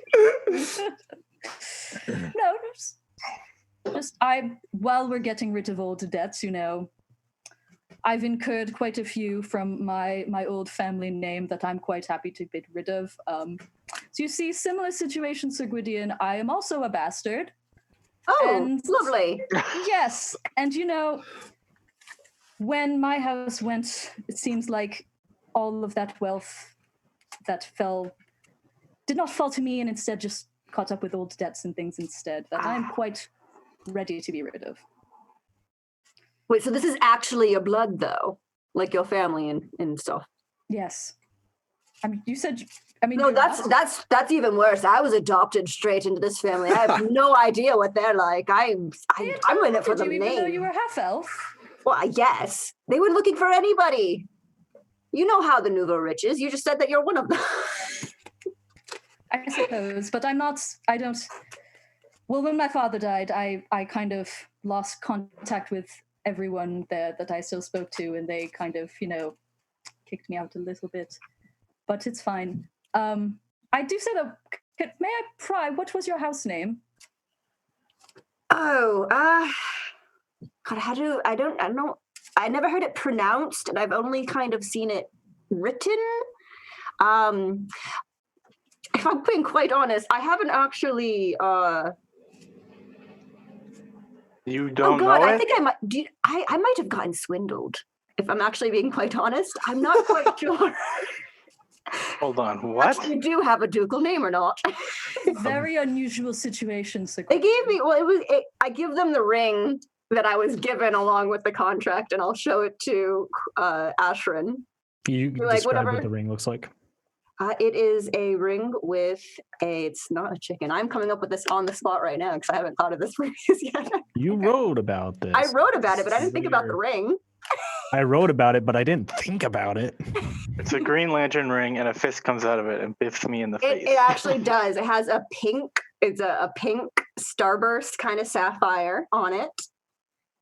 It is real and gold, and it has a rainbow. It is a happy little ducal ring. Okay.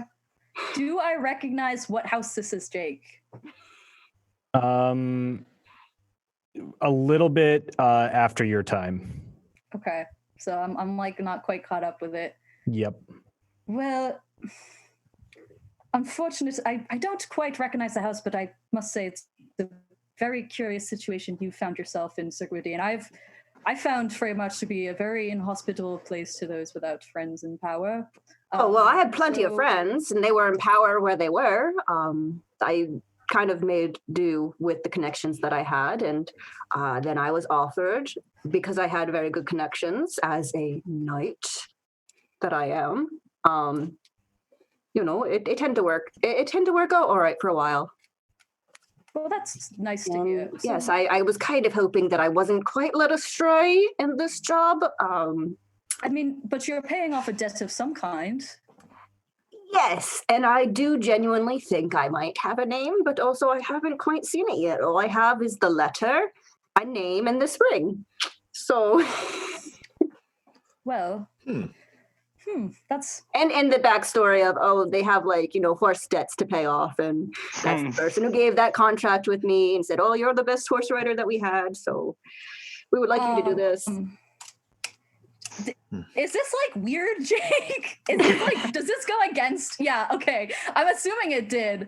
And I'm trying to play it like it did. I don't even. Okay, what is shocking the to what my is? understanding of how everything I know works. I'm still trying to piece it together. Can I Ashrin, roll a history check? check. Yeah, Ashrin can roll a history check. Okay, I would also like to see if I kind of want to roll insight because I'm a little incredulous at this point. So, Gwydion, you were adopted into a family who never really accepted you, and then they sold you to the Singing Crows. Is that the story? I just want to make sure I'm getting it right. Is everybody rolling insight checks? I'm rolling insight because this does not make Roll sense. me. All right, what are you guys rolling? I'm doing history first, and roll 20 is buffering. It is. Let's go. What is it? That's a 10. 10. You can tell that Gwydion got conned in some way. People don't just adopt people like Gwydion into their royal house. Since you don't recognize like the sigil on the ring, it could be one possibility. Gwydion got adopted into like a false house. The other could be that some house decided to adopt Gwydion for some other purpose, definitely not to make them their son or like a truly named person. There's some other ulterior motive there for sure. Okay. Well, I'd love to kind of examine the ring and hand it back and just be like, well, it's very, very unusual situation, particularly to what I'm familiar with. It's kind of the opposite. I was cast out of my house when my father died and lost all contact with the nobles, and it seems like there was a group of them that embraced you or seemingly embraced you fully. So it's funny the way irony works out, I suppose. I'm kind of miffed. Ashton's a little miffed. This jock just walks into the frame arch and gets adopted. You get kicked out as soon as your dad dies. What's the Well, it's. I suppose let's bygones be bygones, and let's shed our old baggage when we shed our collars. I suppose. And Yes, I actually need to get to bed. I need to write some letters to my family. Some of us don't. Your have which families one? To write letters to anymore. Your fake family or your real family? Oh, that's funny. You think I have a real family besides you guys? And I'll walk away. Okay. I know that was a very sweet thing that he just said, but I'm hurt. Gwydion, you can get me those letters later. Right. Anything else for tonight? I think. How many dishes were there? It was a lot. It was definitely like 2 dinner services worth. Damn, Okay. Yeah, that's fine. Crusted on. Yeah. If it's all the same to everyone, I'll retreat as well with Gwydion. We have a long day ahead of us tomorrow, and I'd rather get some sleep. You're quite right about that. Good night. Good night. I'm gonna brood. Glimmer serve. After Adeline does the dishes, he didn't see. I don't think he saw which rooms people went into, so he's just gonna be posted outside of a random room. Okay. That's it. Some person's gonna come out in their nightgown, turn left, and go. Why is there a knight in this Marriott? Wait, who's rooming together? Is it? Doesn't matter. Okay. Anyone else do anything? I would, if I'm rooming with Ashton, I would like to ask her something. Okay. I mean, I was up brooding, so let's go. You want to be in dueling brooding spots? No, I mean, I was gonna like pensively sit over my PBR and just kind of like stare. Okay. Okay. I'll like get ready and for bed, and I'll wander back down to the common room, and notice you still there with your BPR. I'll sit down and sort of like, if we're going to keep doing this, when I asked you before where you got the magic from, you said you just picked it up here and there. Is that true? It is true. I was taught by some friends a little bit here and there, and then eventually I left to teach myself magic. So that's not true. I mean, that's not false, but I just kind of gonna pause for a second and like look at you and say, but there's no, it doesn't matter. I won't pry. I've seen you do, a thing with your necklace and, reset time. It seems where does that come from? Well, I suppose the answer is that I don't know an awful lot about it, and I'm gonna whip out my device. I have a visualization of how this looks, but if it sounds crazy, let me know, chat. This is a small, kind of triangular-looking glass object. It has 3 different bulbs kind of on the side full of sand, and it looks kind of like if an hourglass had 3 bulbs that were constantly running through the sand. It's all one knot. It's basically a trefoil knot with an hourglass on each side, and I will show it to Glimmer and say that I came across this, and I don't quite know everything about it. You just came across it. You didn't make it. It wasn't given to you. Yes, I didn't do either of those things. But I believe it's very powerful, and it's not any sort of magic I was ever taught about, but I have stumbled upon it, and I'm trying to figure out what it does. I do believe it holds. Hold on. potential. Did you steal it? I would not mind if you stole it. That's one way of putting it. Okay. From who? Anybody who's going to come after us? I don't think he would be after us at this point, no. Okay. But I have to say, I haven't lied. I just don't really know everything this does, though I'm sure you've seen glimpses of it. Mm. Though I would Hopefully- prefer if I'm hesitant to share it. Whatever it is, I think it's very unique, and I would hate for it to be stolen. Well, thanks for sharing the truth. It's good to know what everyone's capable of. Yes, it is good to know, especially considering that that's the whole of the Red Palm seems to know about us and about a fight going. So anyway, I'm gonna just kind of like push my beer aside and be like, well, I'm gonna go to bed. Good night. Good night. And then realize that we're walking to the same room and then Sorry.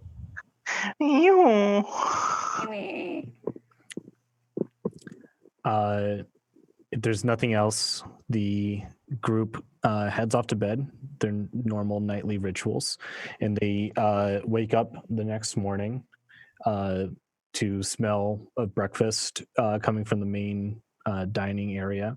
It's pretty meager pastries and overcooked eggs. There's a younger white dragonborn cooking and burning the eggs while she's like leafing through a book. She's trying to double dip in her duty, not doing very well, and it's ruining your breakfast. damn. What's the plan for today? Let's get our goddamn gold. Our goddamn gold. Yes, please, thank you. I would Go to love them in gold. I can't wait to get this thing off. I'm really like chafing. Let's go. I'm hyped. Let's go. The group heads out of the boar's I'm tusk. running. They ran. They run in a brisk jog. You pass by the other Rainmere joggers in Central Park as you head towards the Central Balance, the headquarters of the Singing Crows. It's in the middle of the city. It's probably like a mile journey from the Boar's Tusk Tavern. It's a large building. From its architecture, you can tell that it used to be a temple of Bolster, by your reckoning. It has next to no windows and very like minimal adornment on the outside. There's a statue of Bolster at his writing desk again, right outside the temple. And he's just writing on his desk. If you go inside, the central balance is attended to by many gnomes. There are various teller windows inlaid with brass to make it look like gold, like a standard bank counter area if you were born in the 1950s. Mercenaries stand in long lines with various items strapped to their backs, bloody-looking bags at their sides, and things of this nature. Would you like to wait in line? Yeah. I guess. No, we cut. If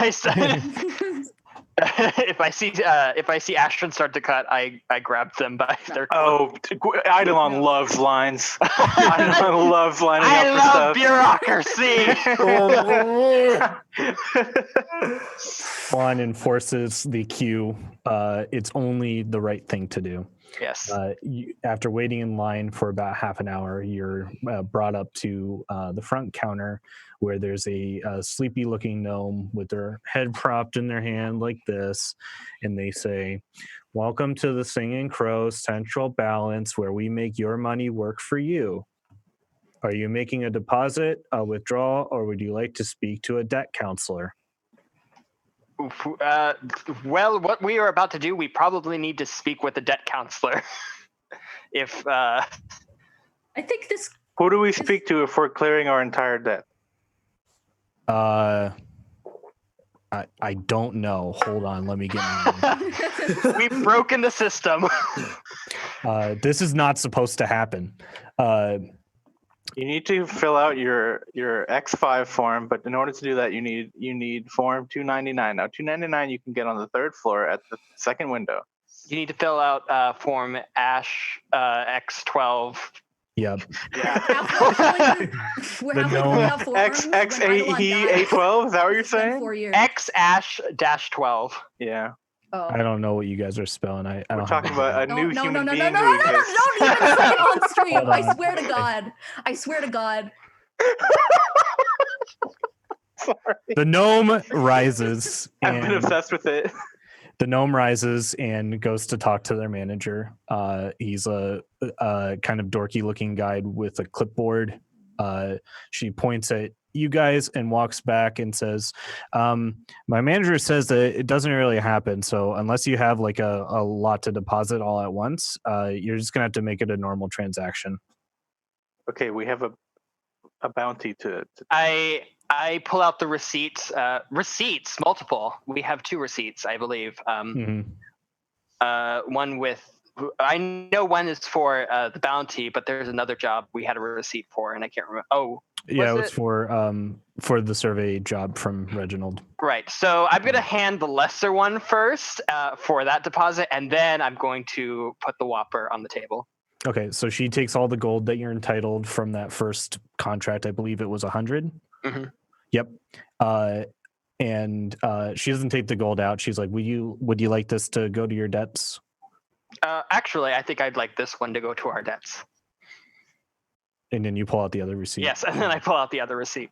She looks at it and then she's like doing this, and then she like scratches at like the last 0, like it shouldn't be there, and then she no, hold on for a second, and then she gets up and heads over to the manager.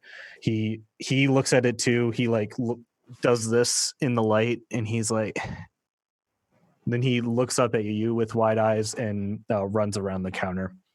Well, looks like someone's had a lucky break. We of course will honor this massive bounty that you've acquired. There are some terms and conditions, of course, some percentages off the top, processing fees, and of course our portion of the proceeds. You understand. Perhaps we should talk to them over a refreshing cup of tea or lemonade over in my office. For that too? Well, if you don't want any, you don't have to have it. We'll be all right without it. Thank you. Okay, right this way to my office. He brings you into a office that is the epitome of yuppie, like sleazy banker. Everything is either leather, mahogany, or gold. There's a big portrait of him behind his desk next to his dog. Is it like a portrait of him exactly as he was appear sitting at his desk that's currently in this room? Yeah, it's like his chin is tilted up like this. His hand and arm are on the desk, and then he's got like his toy poodle right. Nice. And that's how he sits like this. There's no dog to be seen. God damn it. Looking forward to that.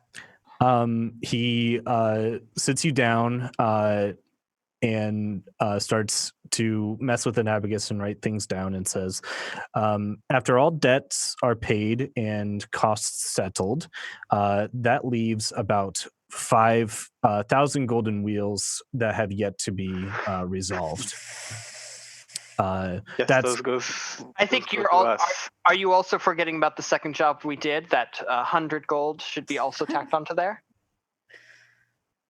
Yes, yes, of course. My mistake. I'm sorry. It was such a meager transaction compared to this one. So the remaining total that we would have left to distribute to you would be 5,100 golden wheels to be resolved. Now, Yes, please. We'll take it. Mhm. if I might just make a pitch here, it might interest you to reinvest that money through the Singing Crows No. alumni fund. Give us the coin, please. Thank you. But these No, coins will help no. others less fortunate than you pay off their debts through services like debt counseling, trauma relief, and special equipment requisitions. This is like a time Jake, presentation. are you channeling all your hatred for like the bank into this one thing? MLM. I'm getting mad. Yeah. I'm a little bit like getting PTSD. We're not interested. Thank you. Yeah, That's Hang on, fine. Let him finish his pitch. yeah. I'll at least listen to the pitch, but That was the pitch. it wasn't It was very just a it was a good-natured attempt on my part to see if maybe you would like to spread some of your vast wealth to those that are still struggling with debt. Yeah. Mhm. what were the work on benefits that. anyway, Jake? Just wondering, were there any benefits to us, or is it just really just a donation? Interest. Yeah, he's just asking for your donation. Oh, Yeah, fuck. screw him. Yeah. I at least want benefits. Yeah, I thought I was gonna get interest. The benefits are a sense of pride in your alumni status as a Singing Crows veteran. This is like when you go to the supermarket and they ask you to donate to like starving children so they can use it as a tax write-off. I'm about to cast Firebolt on this guy. Fine. I can reserve your gold. Now I can pay you half now, and you can leave half here if you want to sit with it or decide. No, thank you. Lump All of it, sum, please. Lump sum. Okay. How would you like that? In platinum or golden wheels? Can I lean in just to the rest of the party real quick? Do you think there's any way that we could convince them to cut some of the service fee? Hold up. 1 second. Can I actually take a look at your map there for a second, sir? Oh, sure. It's airtight, and if you would take a look at the contracts that you signed or that your benefactors signed when they put you into our employ, you will see that the terms are bulletproof. Okay. Not that I know what a bullet is. Spell proof. Mallet It's proof. it's It's the little dot that you put on the side of a letter when you're Arrow proof. yeah. This me just I'll run through the map. I'm sure it's right, but I've Yeah, it's right, but it's definitely sleazy. Besides the 100 that he left off, which was actually Jake's fault, not his fault. Besides that, it's like processing fee. There's like a portion of the math where you pay a little bit of his salary for sitting down here and talking to you about this. A severed head processing fee. Yeah, like a rejected lemonade fee. Yeah, there's a little bit of everything in there. Looking at how much they have nickeled and dimed you as much as they possibly could with this, the amount is so vast that 5,000 being left over is enough. That's a huge amount of money that's left over even after this process of nickeling and diming. I would love to just lean back into the group for a second and be like, now I can attempt to wheedle him a bit, but I just want to make sure that we have everyone. Looking through these numbers. Hold on, Ashrin. What do you mean with magic? Because I would not recommend that. We're about to get out of the fucking place. Of us as a trusted friend, he might be willing to cut. No. Okay. We have 1,020 gold for us. Each of us is fine. That's why Look, I need to get out of here. The interest is only about 10% per head, so that's not terrible. Okay. I very very clenched fist hand on the paper bag, and I'm like, he grabs it and it shakes a littleit, and then he like rips it out of your hand. Yes, we'll take all of the gold in a lump sum, please. Gold or platinum? I just said gold, sir.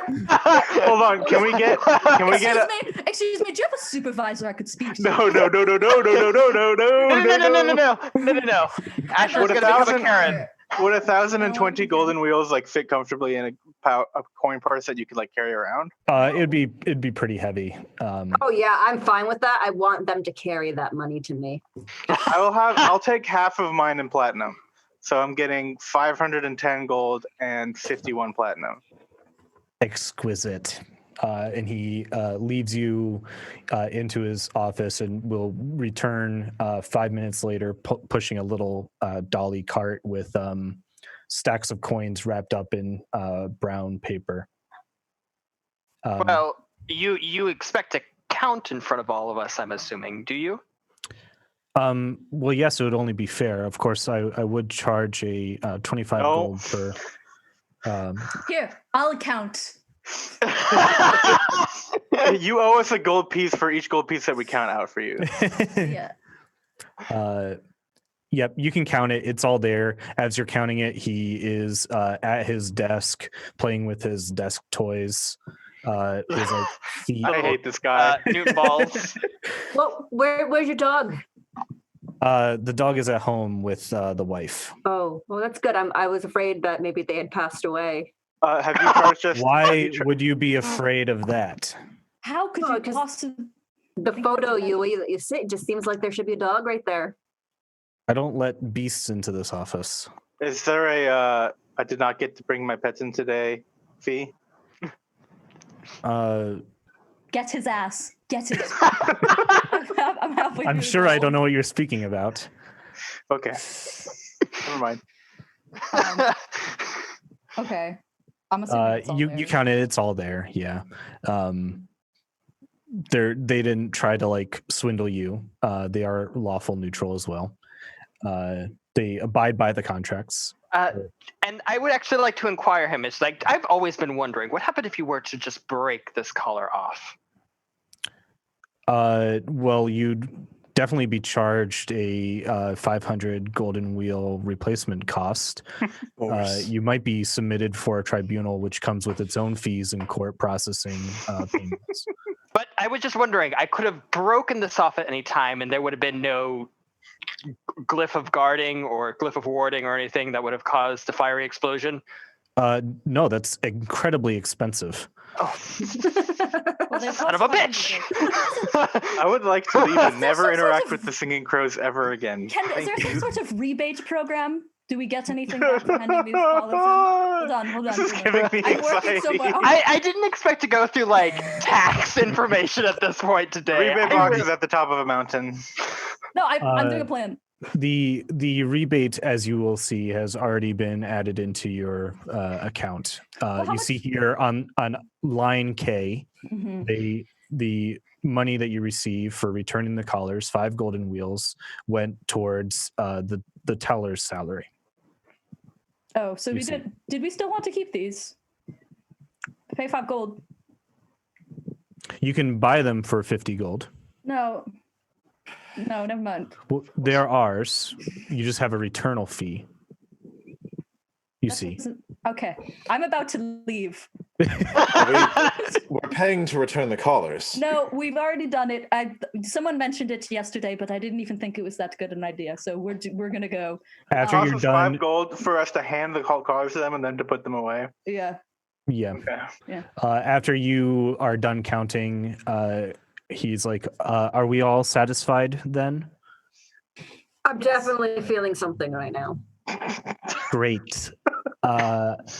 Well, That's then there's excitement. To just end one this more bit relationship. of business God. to take the collars off. So if you don't mind coming here, and he pulls out like a little silver, like it looks like a BMW key fob. That's what I thought it was gonna be. It's touchless ignition.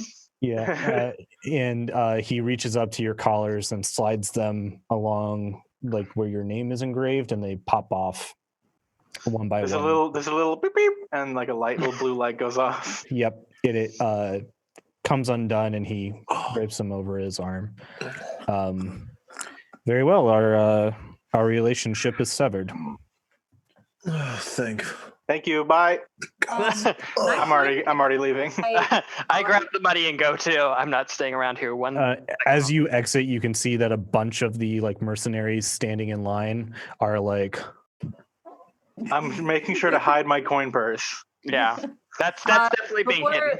Before we leave, would I be able to make a sleight of hand check to try and keep my my collar, pocket it for sentimental reasons? yeah. As he's showing you out of his office, he puts the collars on the desk next to him and is standing at the door. You can try to pull them in towards you. You're gonna get charged a 15 gold attempt. But I'm gonna see if I can try to not get charged first. Sorry, I have a. Oh, sorry, my page slowed down.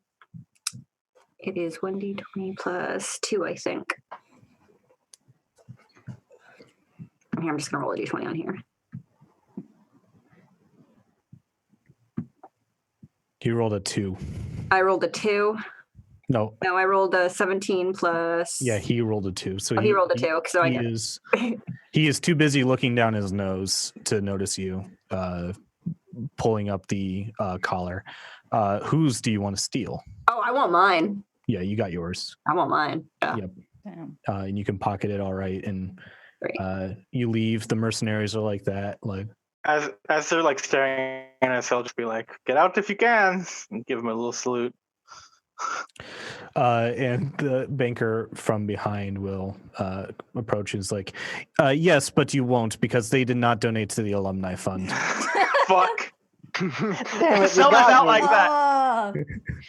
Shit. When he turns around to walk away, I want to press the station on his back a sign that says "kick me." I'm stupid. Yeah.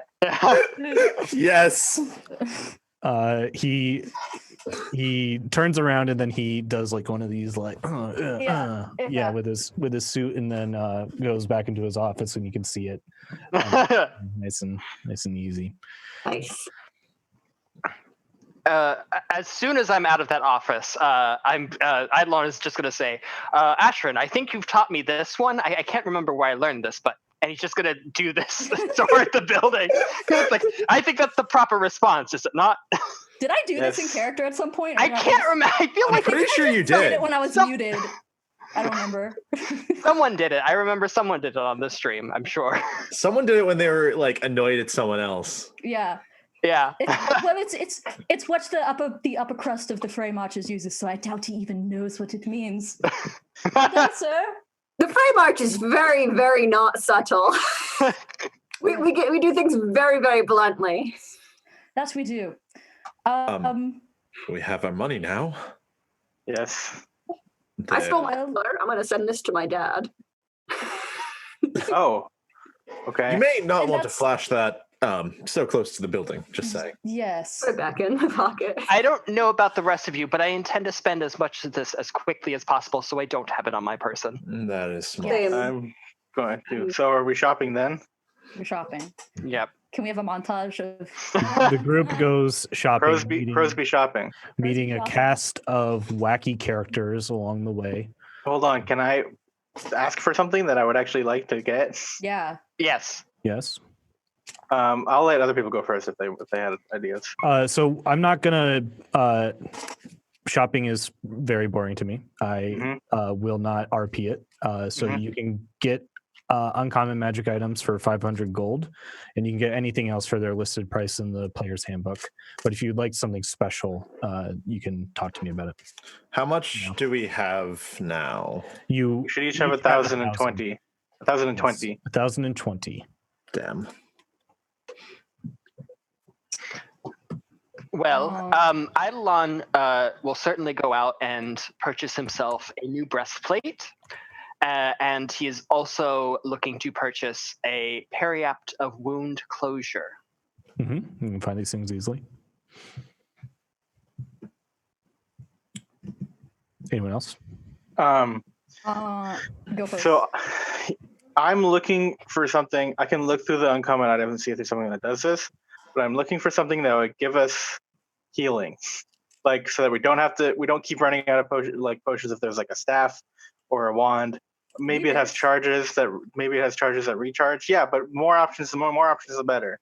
Like some item that I can use to consistently cast magic, or like maybe it runs out for the day, but Okay.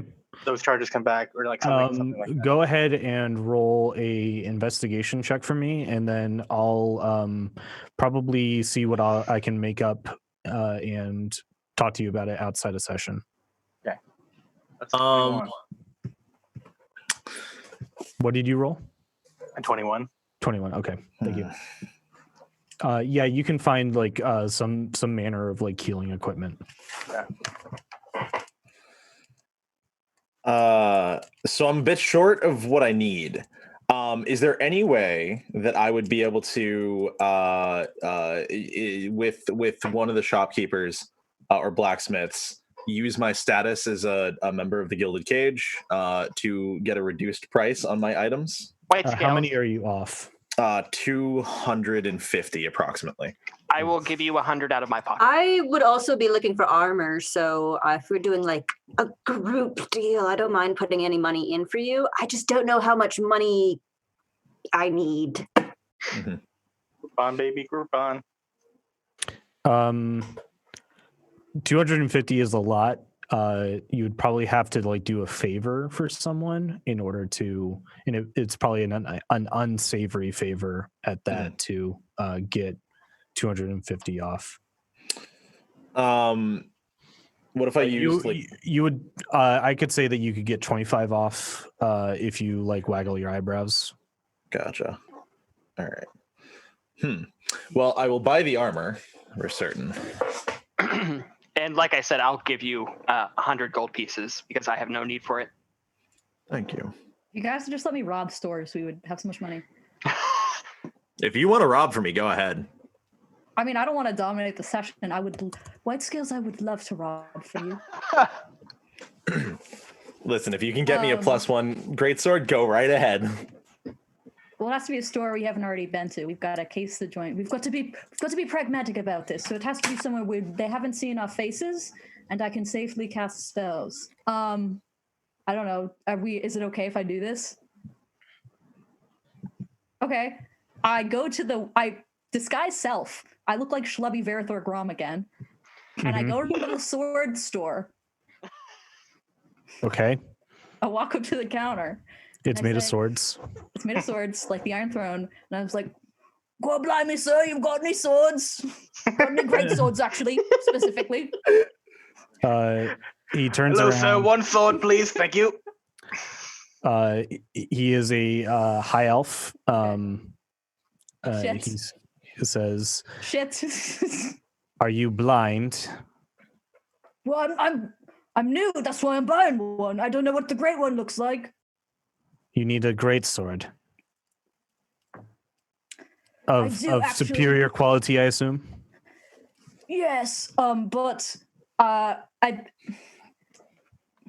feel like I've been around the block before with charming people. Can I don't know if you want Asher to know this, do an Arcana check to know that I can't charm elves. No, she would be able to do it. She'd be able to know. So I'm aborting the mission. Goodbye, you scrubby little number. Right. Right. I'm gonna leave. So bad news, White Scales. Can't do it on that shop, and we don't got a lot of time. That's fine. I'm sorry about that. He's a right dick, though, that man. 107 gold will be easy to come by. I can buy one soon enough. Okay. Damn. Any other shopping? I want to buy a robe of protection. Okay, easy enough. And a spell scroll for mirror image. Good. I don't have. And paper. I have a spell book. Yeah, but you need paper to copy it in. You do? Yep. Okay. You have to like jot it on paper and then bind it into your spell book. I thought you just wrote it down. Wow. Okay. Nope. I've never bought a spell scroll before. Read your class. I would like to buy some plate mail that has been used. You want to use plate mail. Get used plate mail. Plate mail is about 1,500 gold, which I know is more money than what I have. Yeah. So I will be trying to charm my way into getting a discount. Me. If you try to get used plate mail, it's gonna be as good as Splint anyway. Okay. But it's up to you whether or not you want Sir Gwydion to know. Well, let's see. How much does chainmail? Chainmail is like 100. It's like 50. Splint mail is 200 gold, and it's 17 AC. Plate mail is 1500 and it's 18 AC. I will go with splint mail, but I want work to be done. I want it to look so new and shiny and clean. That'll be what I buy then. I did math, and I found out I had a little bit more gold than I have. I'm going to give the remainder of it to White Scales. That's 50 more gold to him. Okay. Oh, I also owe you like 5 gold. So I can give you 50 gold. That's fine. I'm trying to see how much I need left. I have 447 and I need 500. That's fine. I've got enough. Actually, yes, I'll take that back. I would like armor of gleaming splint mail so it's always shiny. Specifically.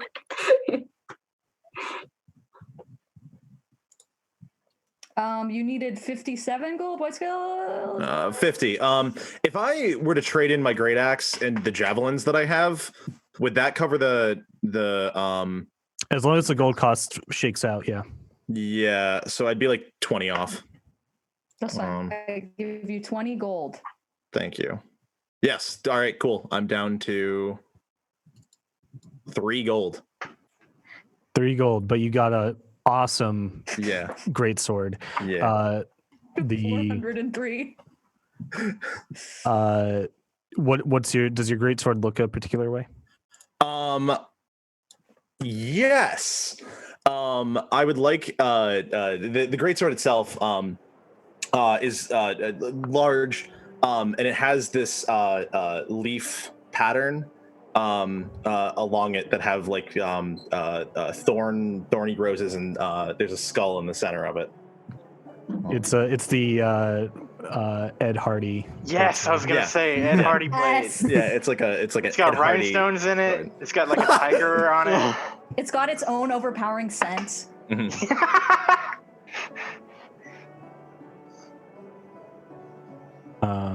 It's wearing a snapback. It's what bikers get when they're rich. Yeah. How much would you say the healing item would cost me, Jake? It's going to be an uncommon magic item, 500 Okay. gold. So I don't have anything. Well, I have 51 platinum, but Anyone else? I'm good. I'm Horses! the rainy day fund. About 900 horse. gold left. Okay. I want to buy a war horse if I can. A war horse. Yes, if that is something that you will allow me to find in Reindeer. You Actually- for sure can find a war horse. I don't know how much they cost though. I'm trying to That's in the player's handbook. A war horse will cost 150 gold pieces. no 400 gold pieces. 400 gold pieces, and I'll say you need to you gotta feed it 2 gold a day. Yeah, sounds good. I'll make sure that it's a good stable that I buy this horse at, and I'll make sure, are we keeping Boxer? I wonder. Are we selling our horses? Do you want 2 horses?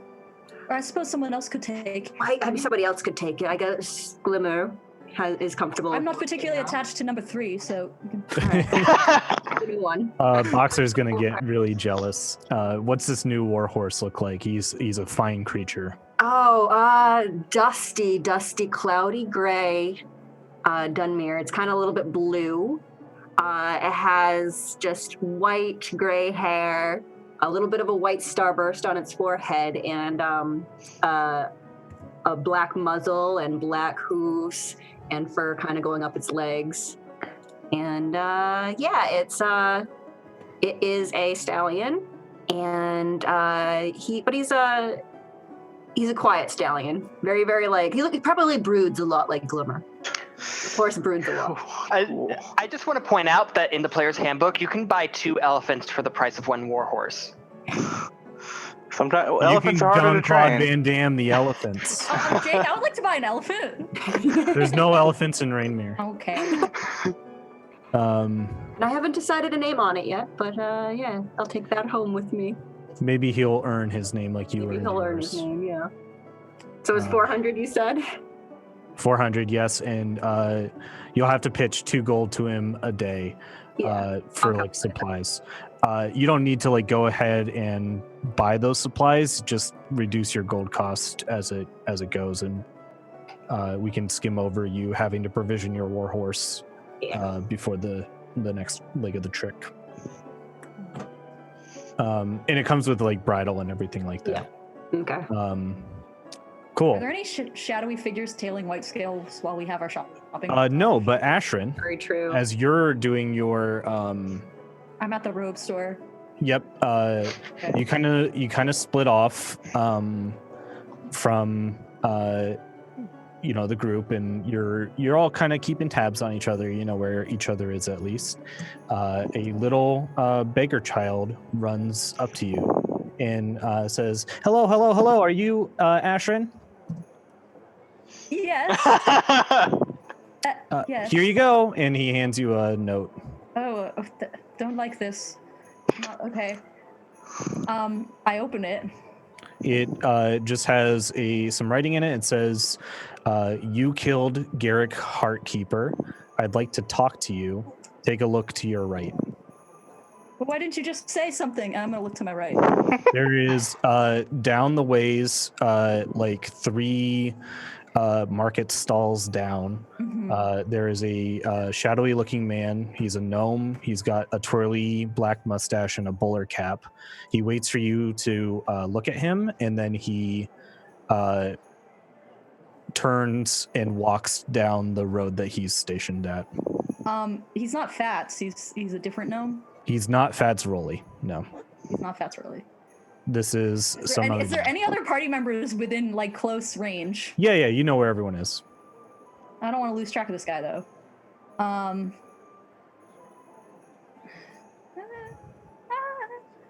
Would I be at risk of losing track of this guy if I tried to pull someone over? No. Okay. Like Sir Gwydion is like 2 market stalls down. Okay. Glimmer is probably like right next to you. You probably shop in like the same stores. The sorcerer/wizard store. So like he can send out the AP. Lisa Frank. Yeah. Lisa Frank. Yeah. White Skills is shopping at Ed Hardy, and we're shopping at Lisa. This party has an aesthetic. Yeah. I'd like to very quickly grab him and be like, just had a very interesting message delivered to me by a young beggar child. Too interesting? No, we just walked off the corner down there, and I would prefer not to see him alone. Flash the message and just try to gather the squad so we can go talk to him. Sure. Talk to him by myself. I know the spell message, I believe. So I'll just message each person in the party. I do know it. And quickly, I just be like, and just, gather everybody, communicate the message. This is also probably the first time that you see Gwydion's new warhorse as he leads it from around the corner of the stables. It's easily the largest thing in your party now. Beautiful gray, and it just took a giant dump. Yeah. Great. Oh, that's subtle. I don't think you could. You can't really trail somebody if you're pulling a horse.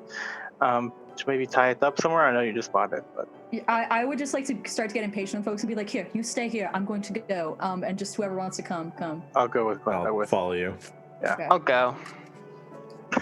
You're just standing there with the horse, Yeah. I thought everyone was gonna be impressed. And we're like, no, we've got plot to deal with. Yeah. Walk away. I'm gonna take this back to the inn. I'll take your stuff back if you want me to. They left. They're gone. Okay. My new robe. I would like to turn the corner of the alley with my allies and just stand there, menacingly, You can see he's on the other end of the alley. Okay. He takes a key out of his pocket and puts it into a door along the alleyway, opens it up, turns back to look at you, and gives you a little chin movement to let you know to come over. Okay. Just be guys, be cool. Okay? Be cool. Cool. That's no harassing the bartenders if there's bartenders. Okay, be cool. If they're racist, I'm sorry. Not the time. Okay. Don't need to get into all of this. Let's Okay. go. Oh, you're talking to me? Oh, yeah, no problem. You head into this room. It's sparsely decorated, very Spartan. There's no chairs. There's a small table in the center and one candle that lights up the entire room. The man is underlit from the bottom, and he is pouring you. He's pouring some fingers of bourbon. And he says, welcome, potential allies. I have a gift for you, but before that, I would like to make introductions. My name is Pavel Dieter. I am probably the best detective in the Free Cities, and I have an interest in your case. Oh, Pavel Dieter. We've actually heard your name before. No. We've actually heard your name before. You're wanted by the Red Palm, but I'm sure you already know that. Yes, I've been screwing some things up for them of late, and probably you as well, owing to my investigation.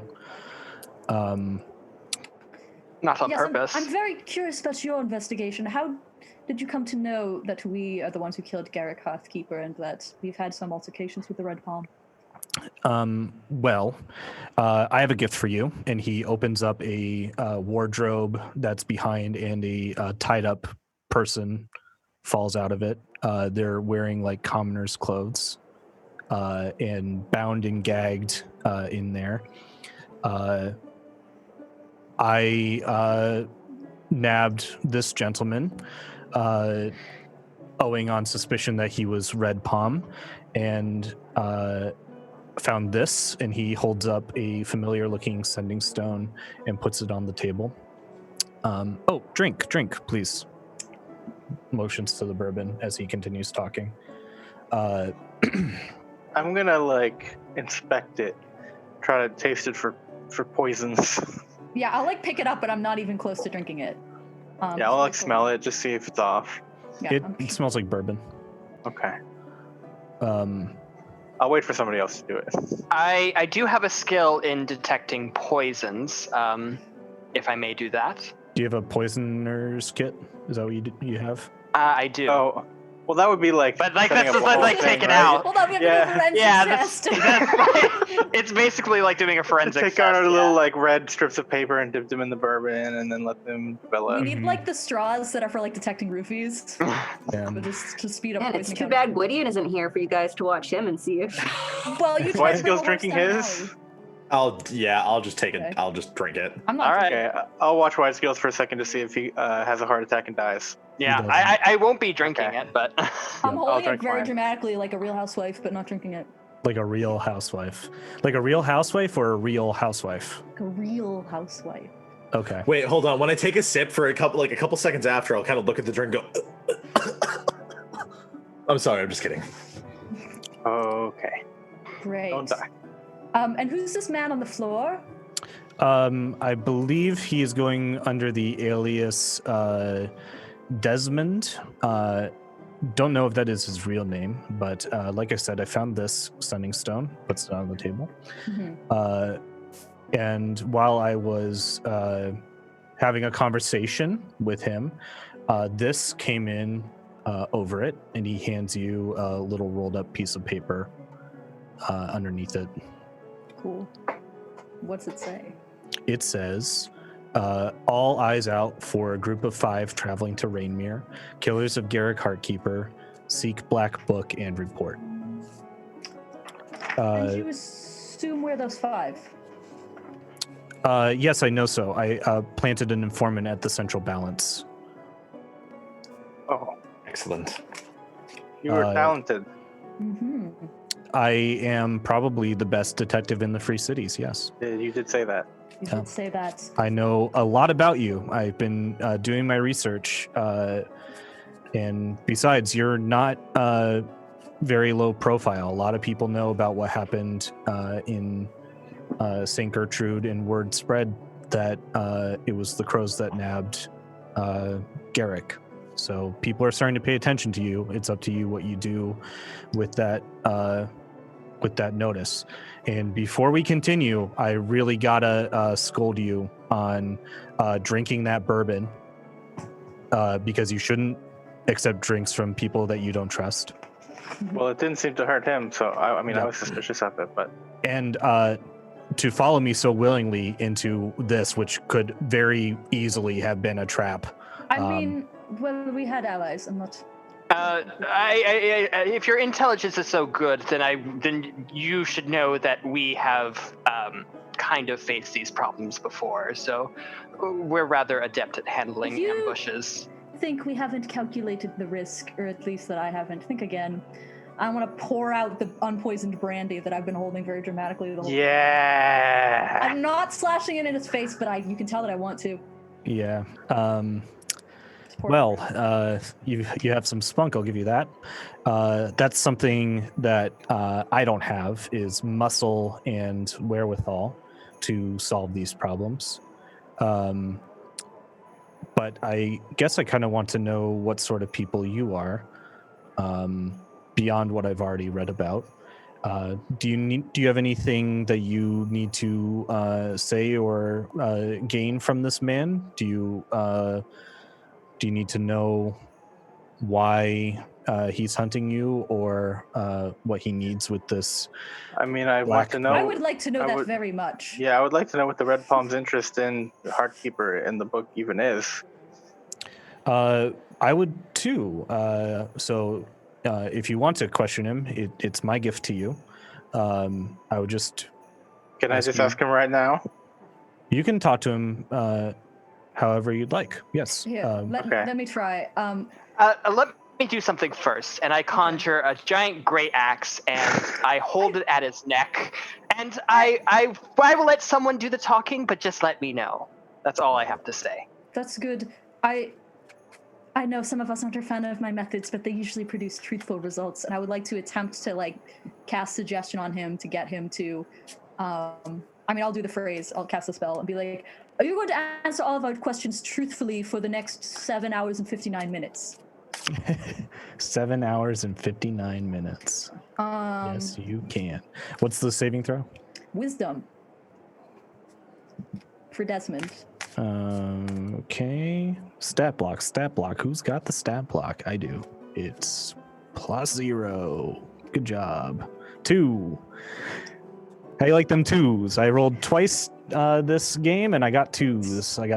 Everyone's got 2s. That's what you get for rolling really good the other Yep. games. This is what I get. I can nat 20 an arrow, but to withhold information is a 2.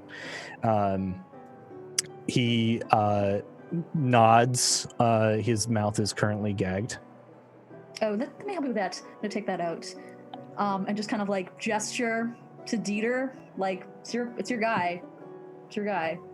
Oh, I've talked to him quite enough already. I've learned what I will learn. I want to see what avenues of questions you go down.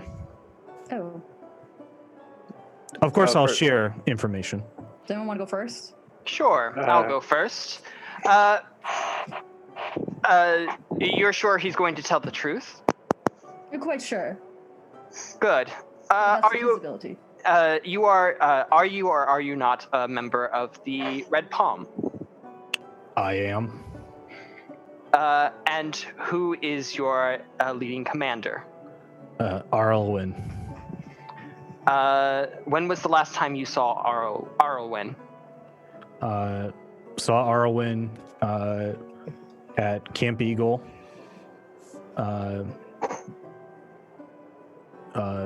Bulls Day, last Bulls Day. Came here on his orders to do skullduggery. Where's the location of Camp Eagle? He pulls out the map. Mm-hmm. Or he doesn't pull out a map. He's bound. But if you pull out a map, he'll point to it. Camp Eagle is right there on the map. Slightly to the west of Tarek, off the road, north of the swamp. What are the forces at Camp Eagle? Camp Eagle is the second largest camp in the Red Palm. Great. And the first largest camp is, The Citadel. which is located. I don't know. What is the Red Palm's interest in Garrick Heartkeeper? Do you know? It came right from Asher, so it's really important, but I don't know. I don't know. Who's Asher? What's his deal? Asher is our commander. He is as a god to us. Describe Asher in detail. He's got a metal arm, Oh. big black beard, wears a helmet with horns that curl out of it, uses a sword, a spear, and a shield. Have you been in what previous operations have you involved yourself in within the past, when was the last time we left St. Gertrude, like 4 or 5 days ago? Before I was in Camp Eagle making preparations, we tried to get the giants that live in the forest to join our side. How did that go? Oh, Not well. Yes. Is your name Desmond? No. What's your name? Derek. Very clever. How many forces are at Camp Eagle specifically? I'd like to get back to that.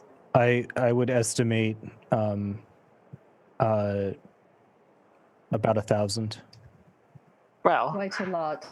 Quite a lot. what is your rank? My rank is lieutenant. Oh. Got a lieutenant here, boys. Another thing. What is the ultimate motivation of the Red Palm?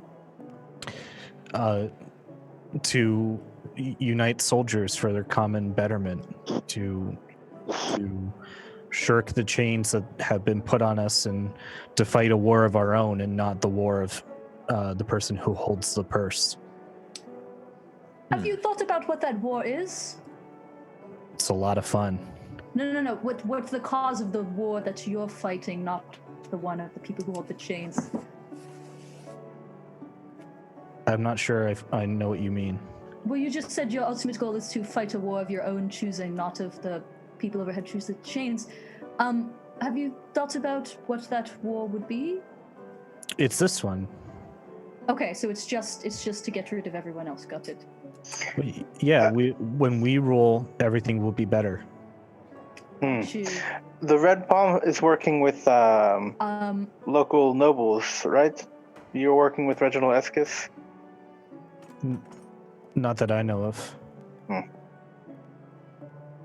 No contact with other leaders who may turn to your side. We work a lot with some criminal groups. Like what? The Gilded Cage and the Many-Faceted Ring. I need a list of every criminal group that you know that the Red Palm works with. He starts writing them down. It's the same thing. Gilded Cage, Many-Faceted Ring, various like minor thieves guilds that you've heard about in other cities. We'll take a city soon, I think. Is that your next plan? What is the next steps for the Red Palm? Are you going to take a city? We'll take all of them soon. But, Which city is your next target? they didn't tell me that. Can you tell us a little bit more about Alwyn? He's a very mighty warrior, and he always gives the commands that need to happen. Doesn't take prisoners. Very strong man. What did he look like? What does he look like? We said that it's a big metal arm man. No, that was Asher. Asher. Oops. Arwen is his like immediate commander. Yeah. Arwen is tall. He's well vested in the Church of Fineem. He wears a mask of the two-faced god and carries a really big stick. Impressive. What is... Sorry, what is... How would one go about joining the Red Palm? Just... Come to our camp, but I think that we gotta kill you. I think that you're not really right for it. That's a good point. Do they take any women in the Red Palm? Is it mostly men? Women are allowed if they do behind the scenes stuff, yeah. Wonderful. We usually keep them in camp. Guys, I'm canceling the red palm. I'm making a call Well, outpost. they're a little bit canceled. What is your favorite color? Red. I just always like to know that, you know.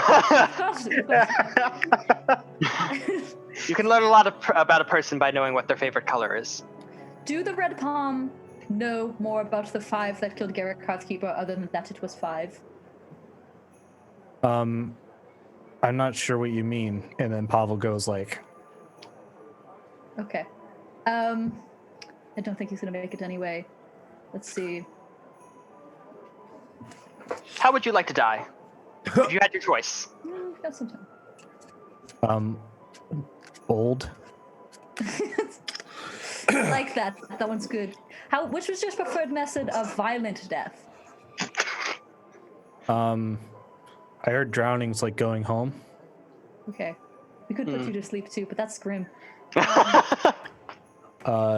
We've got 7 more hours, so don't worry about it just yet, son. Pavel will step in and say, are you quite done? Because I do need to turn him into the constables.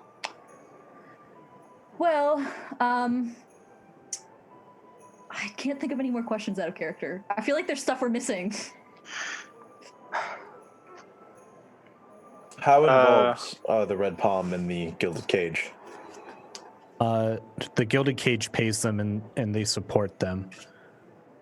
I think most of it goes down in that port over west of town. The Shadow Port, yes. That's what I figured.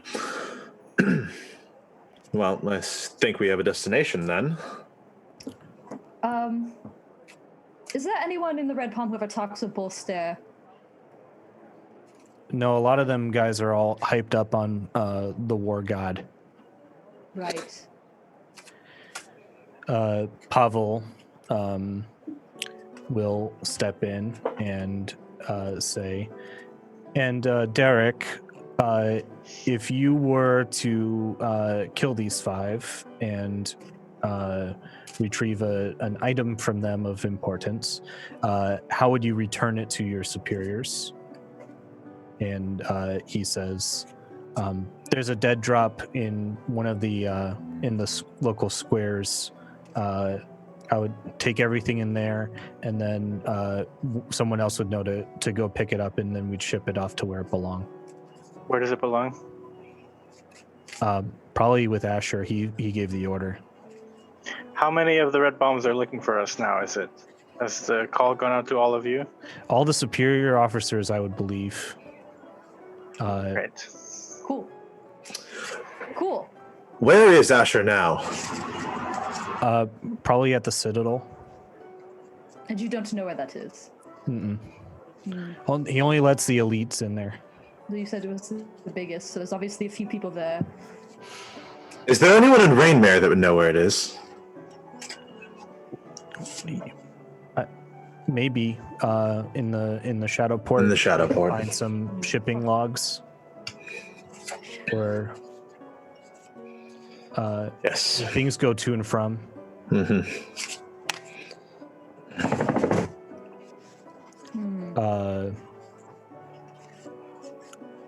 Pavel steps in and says,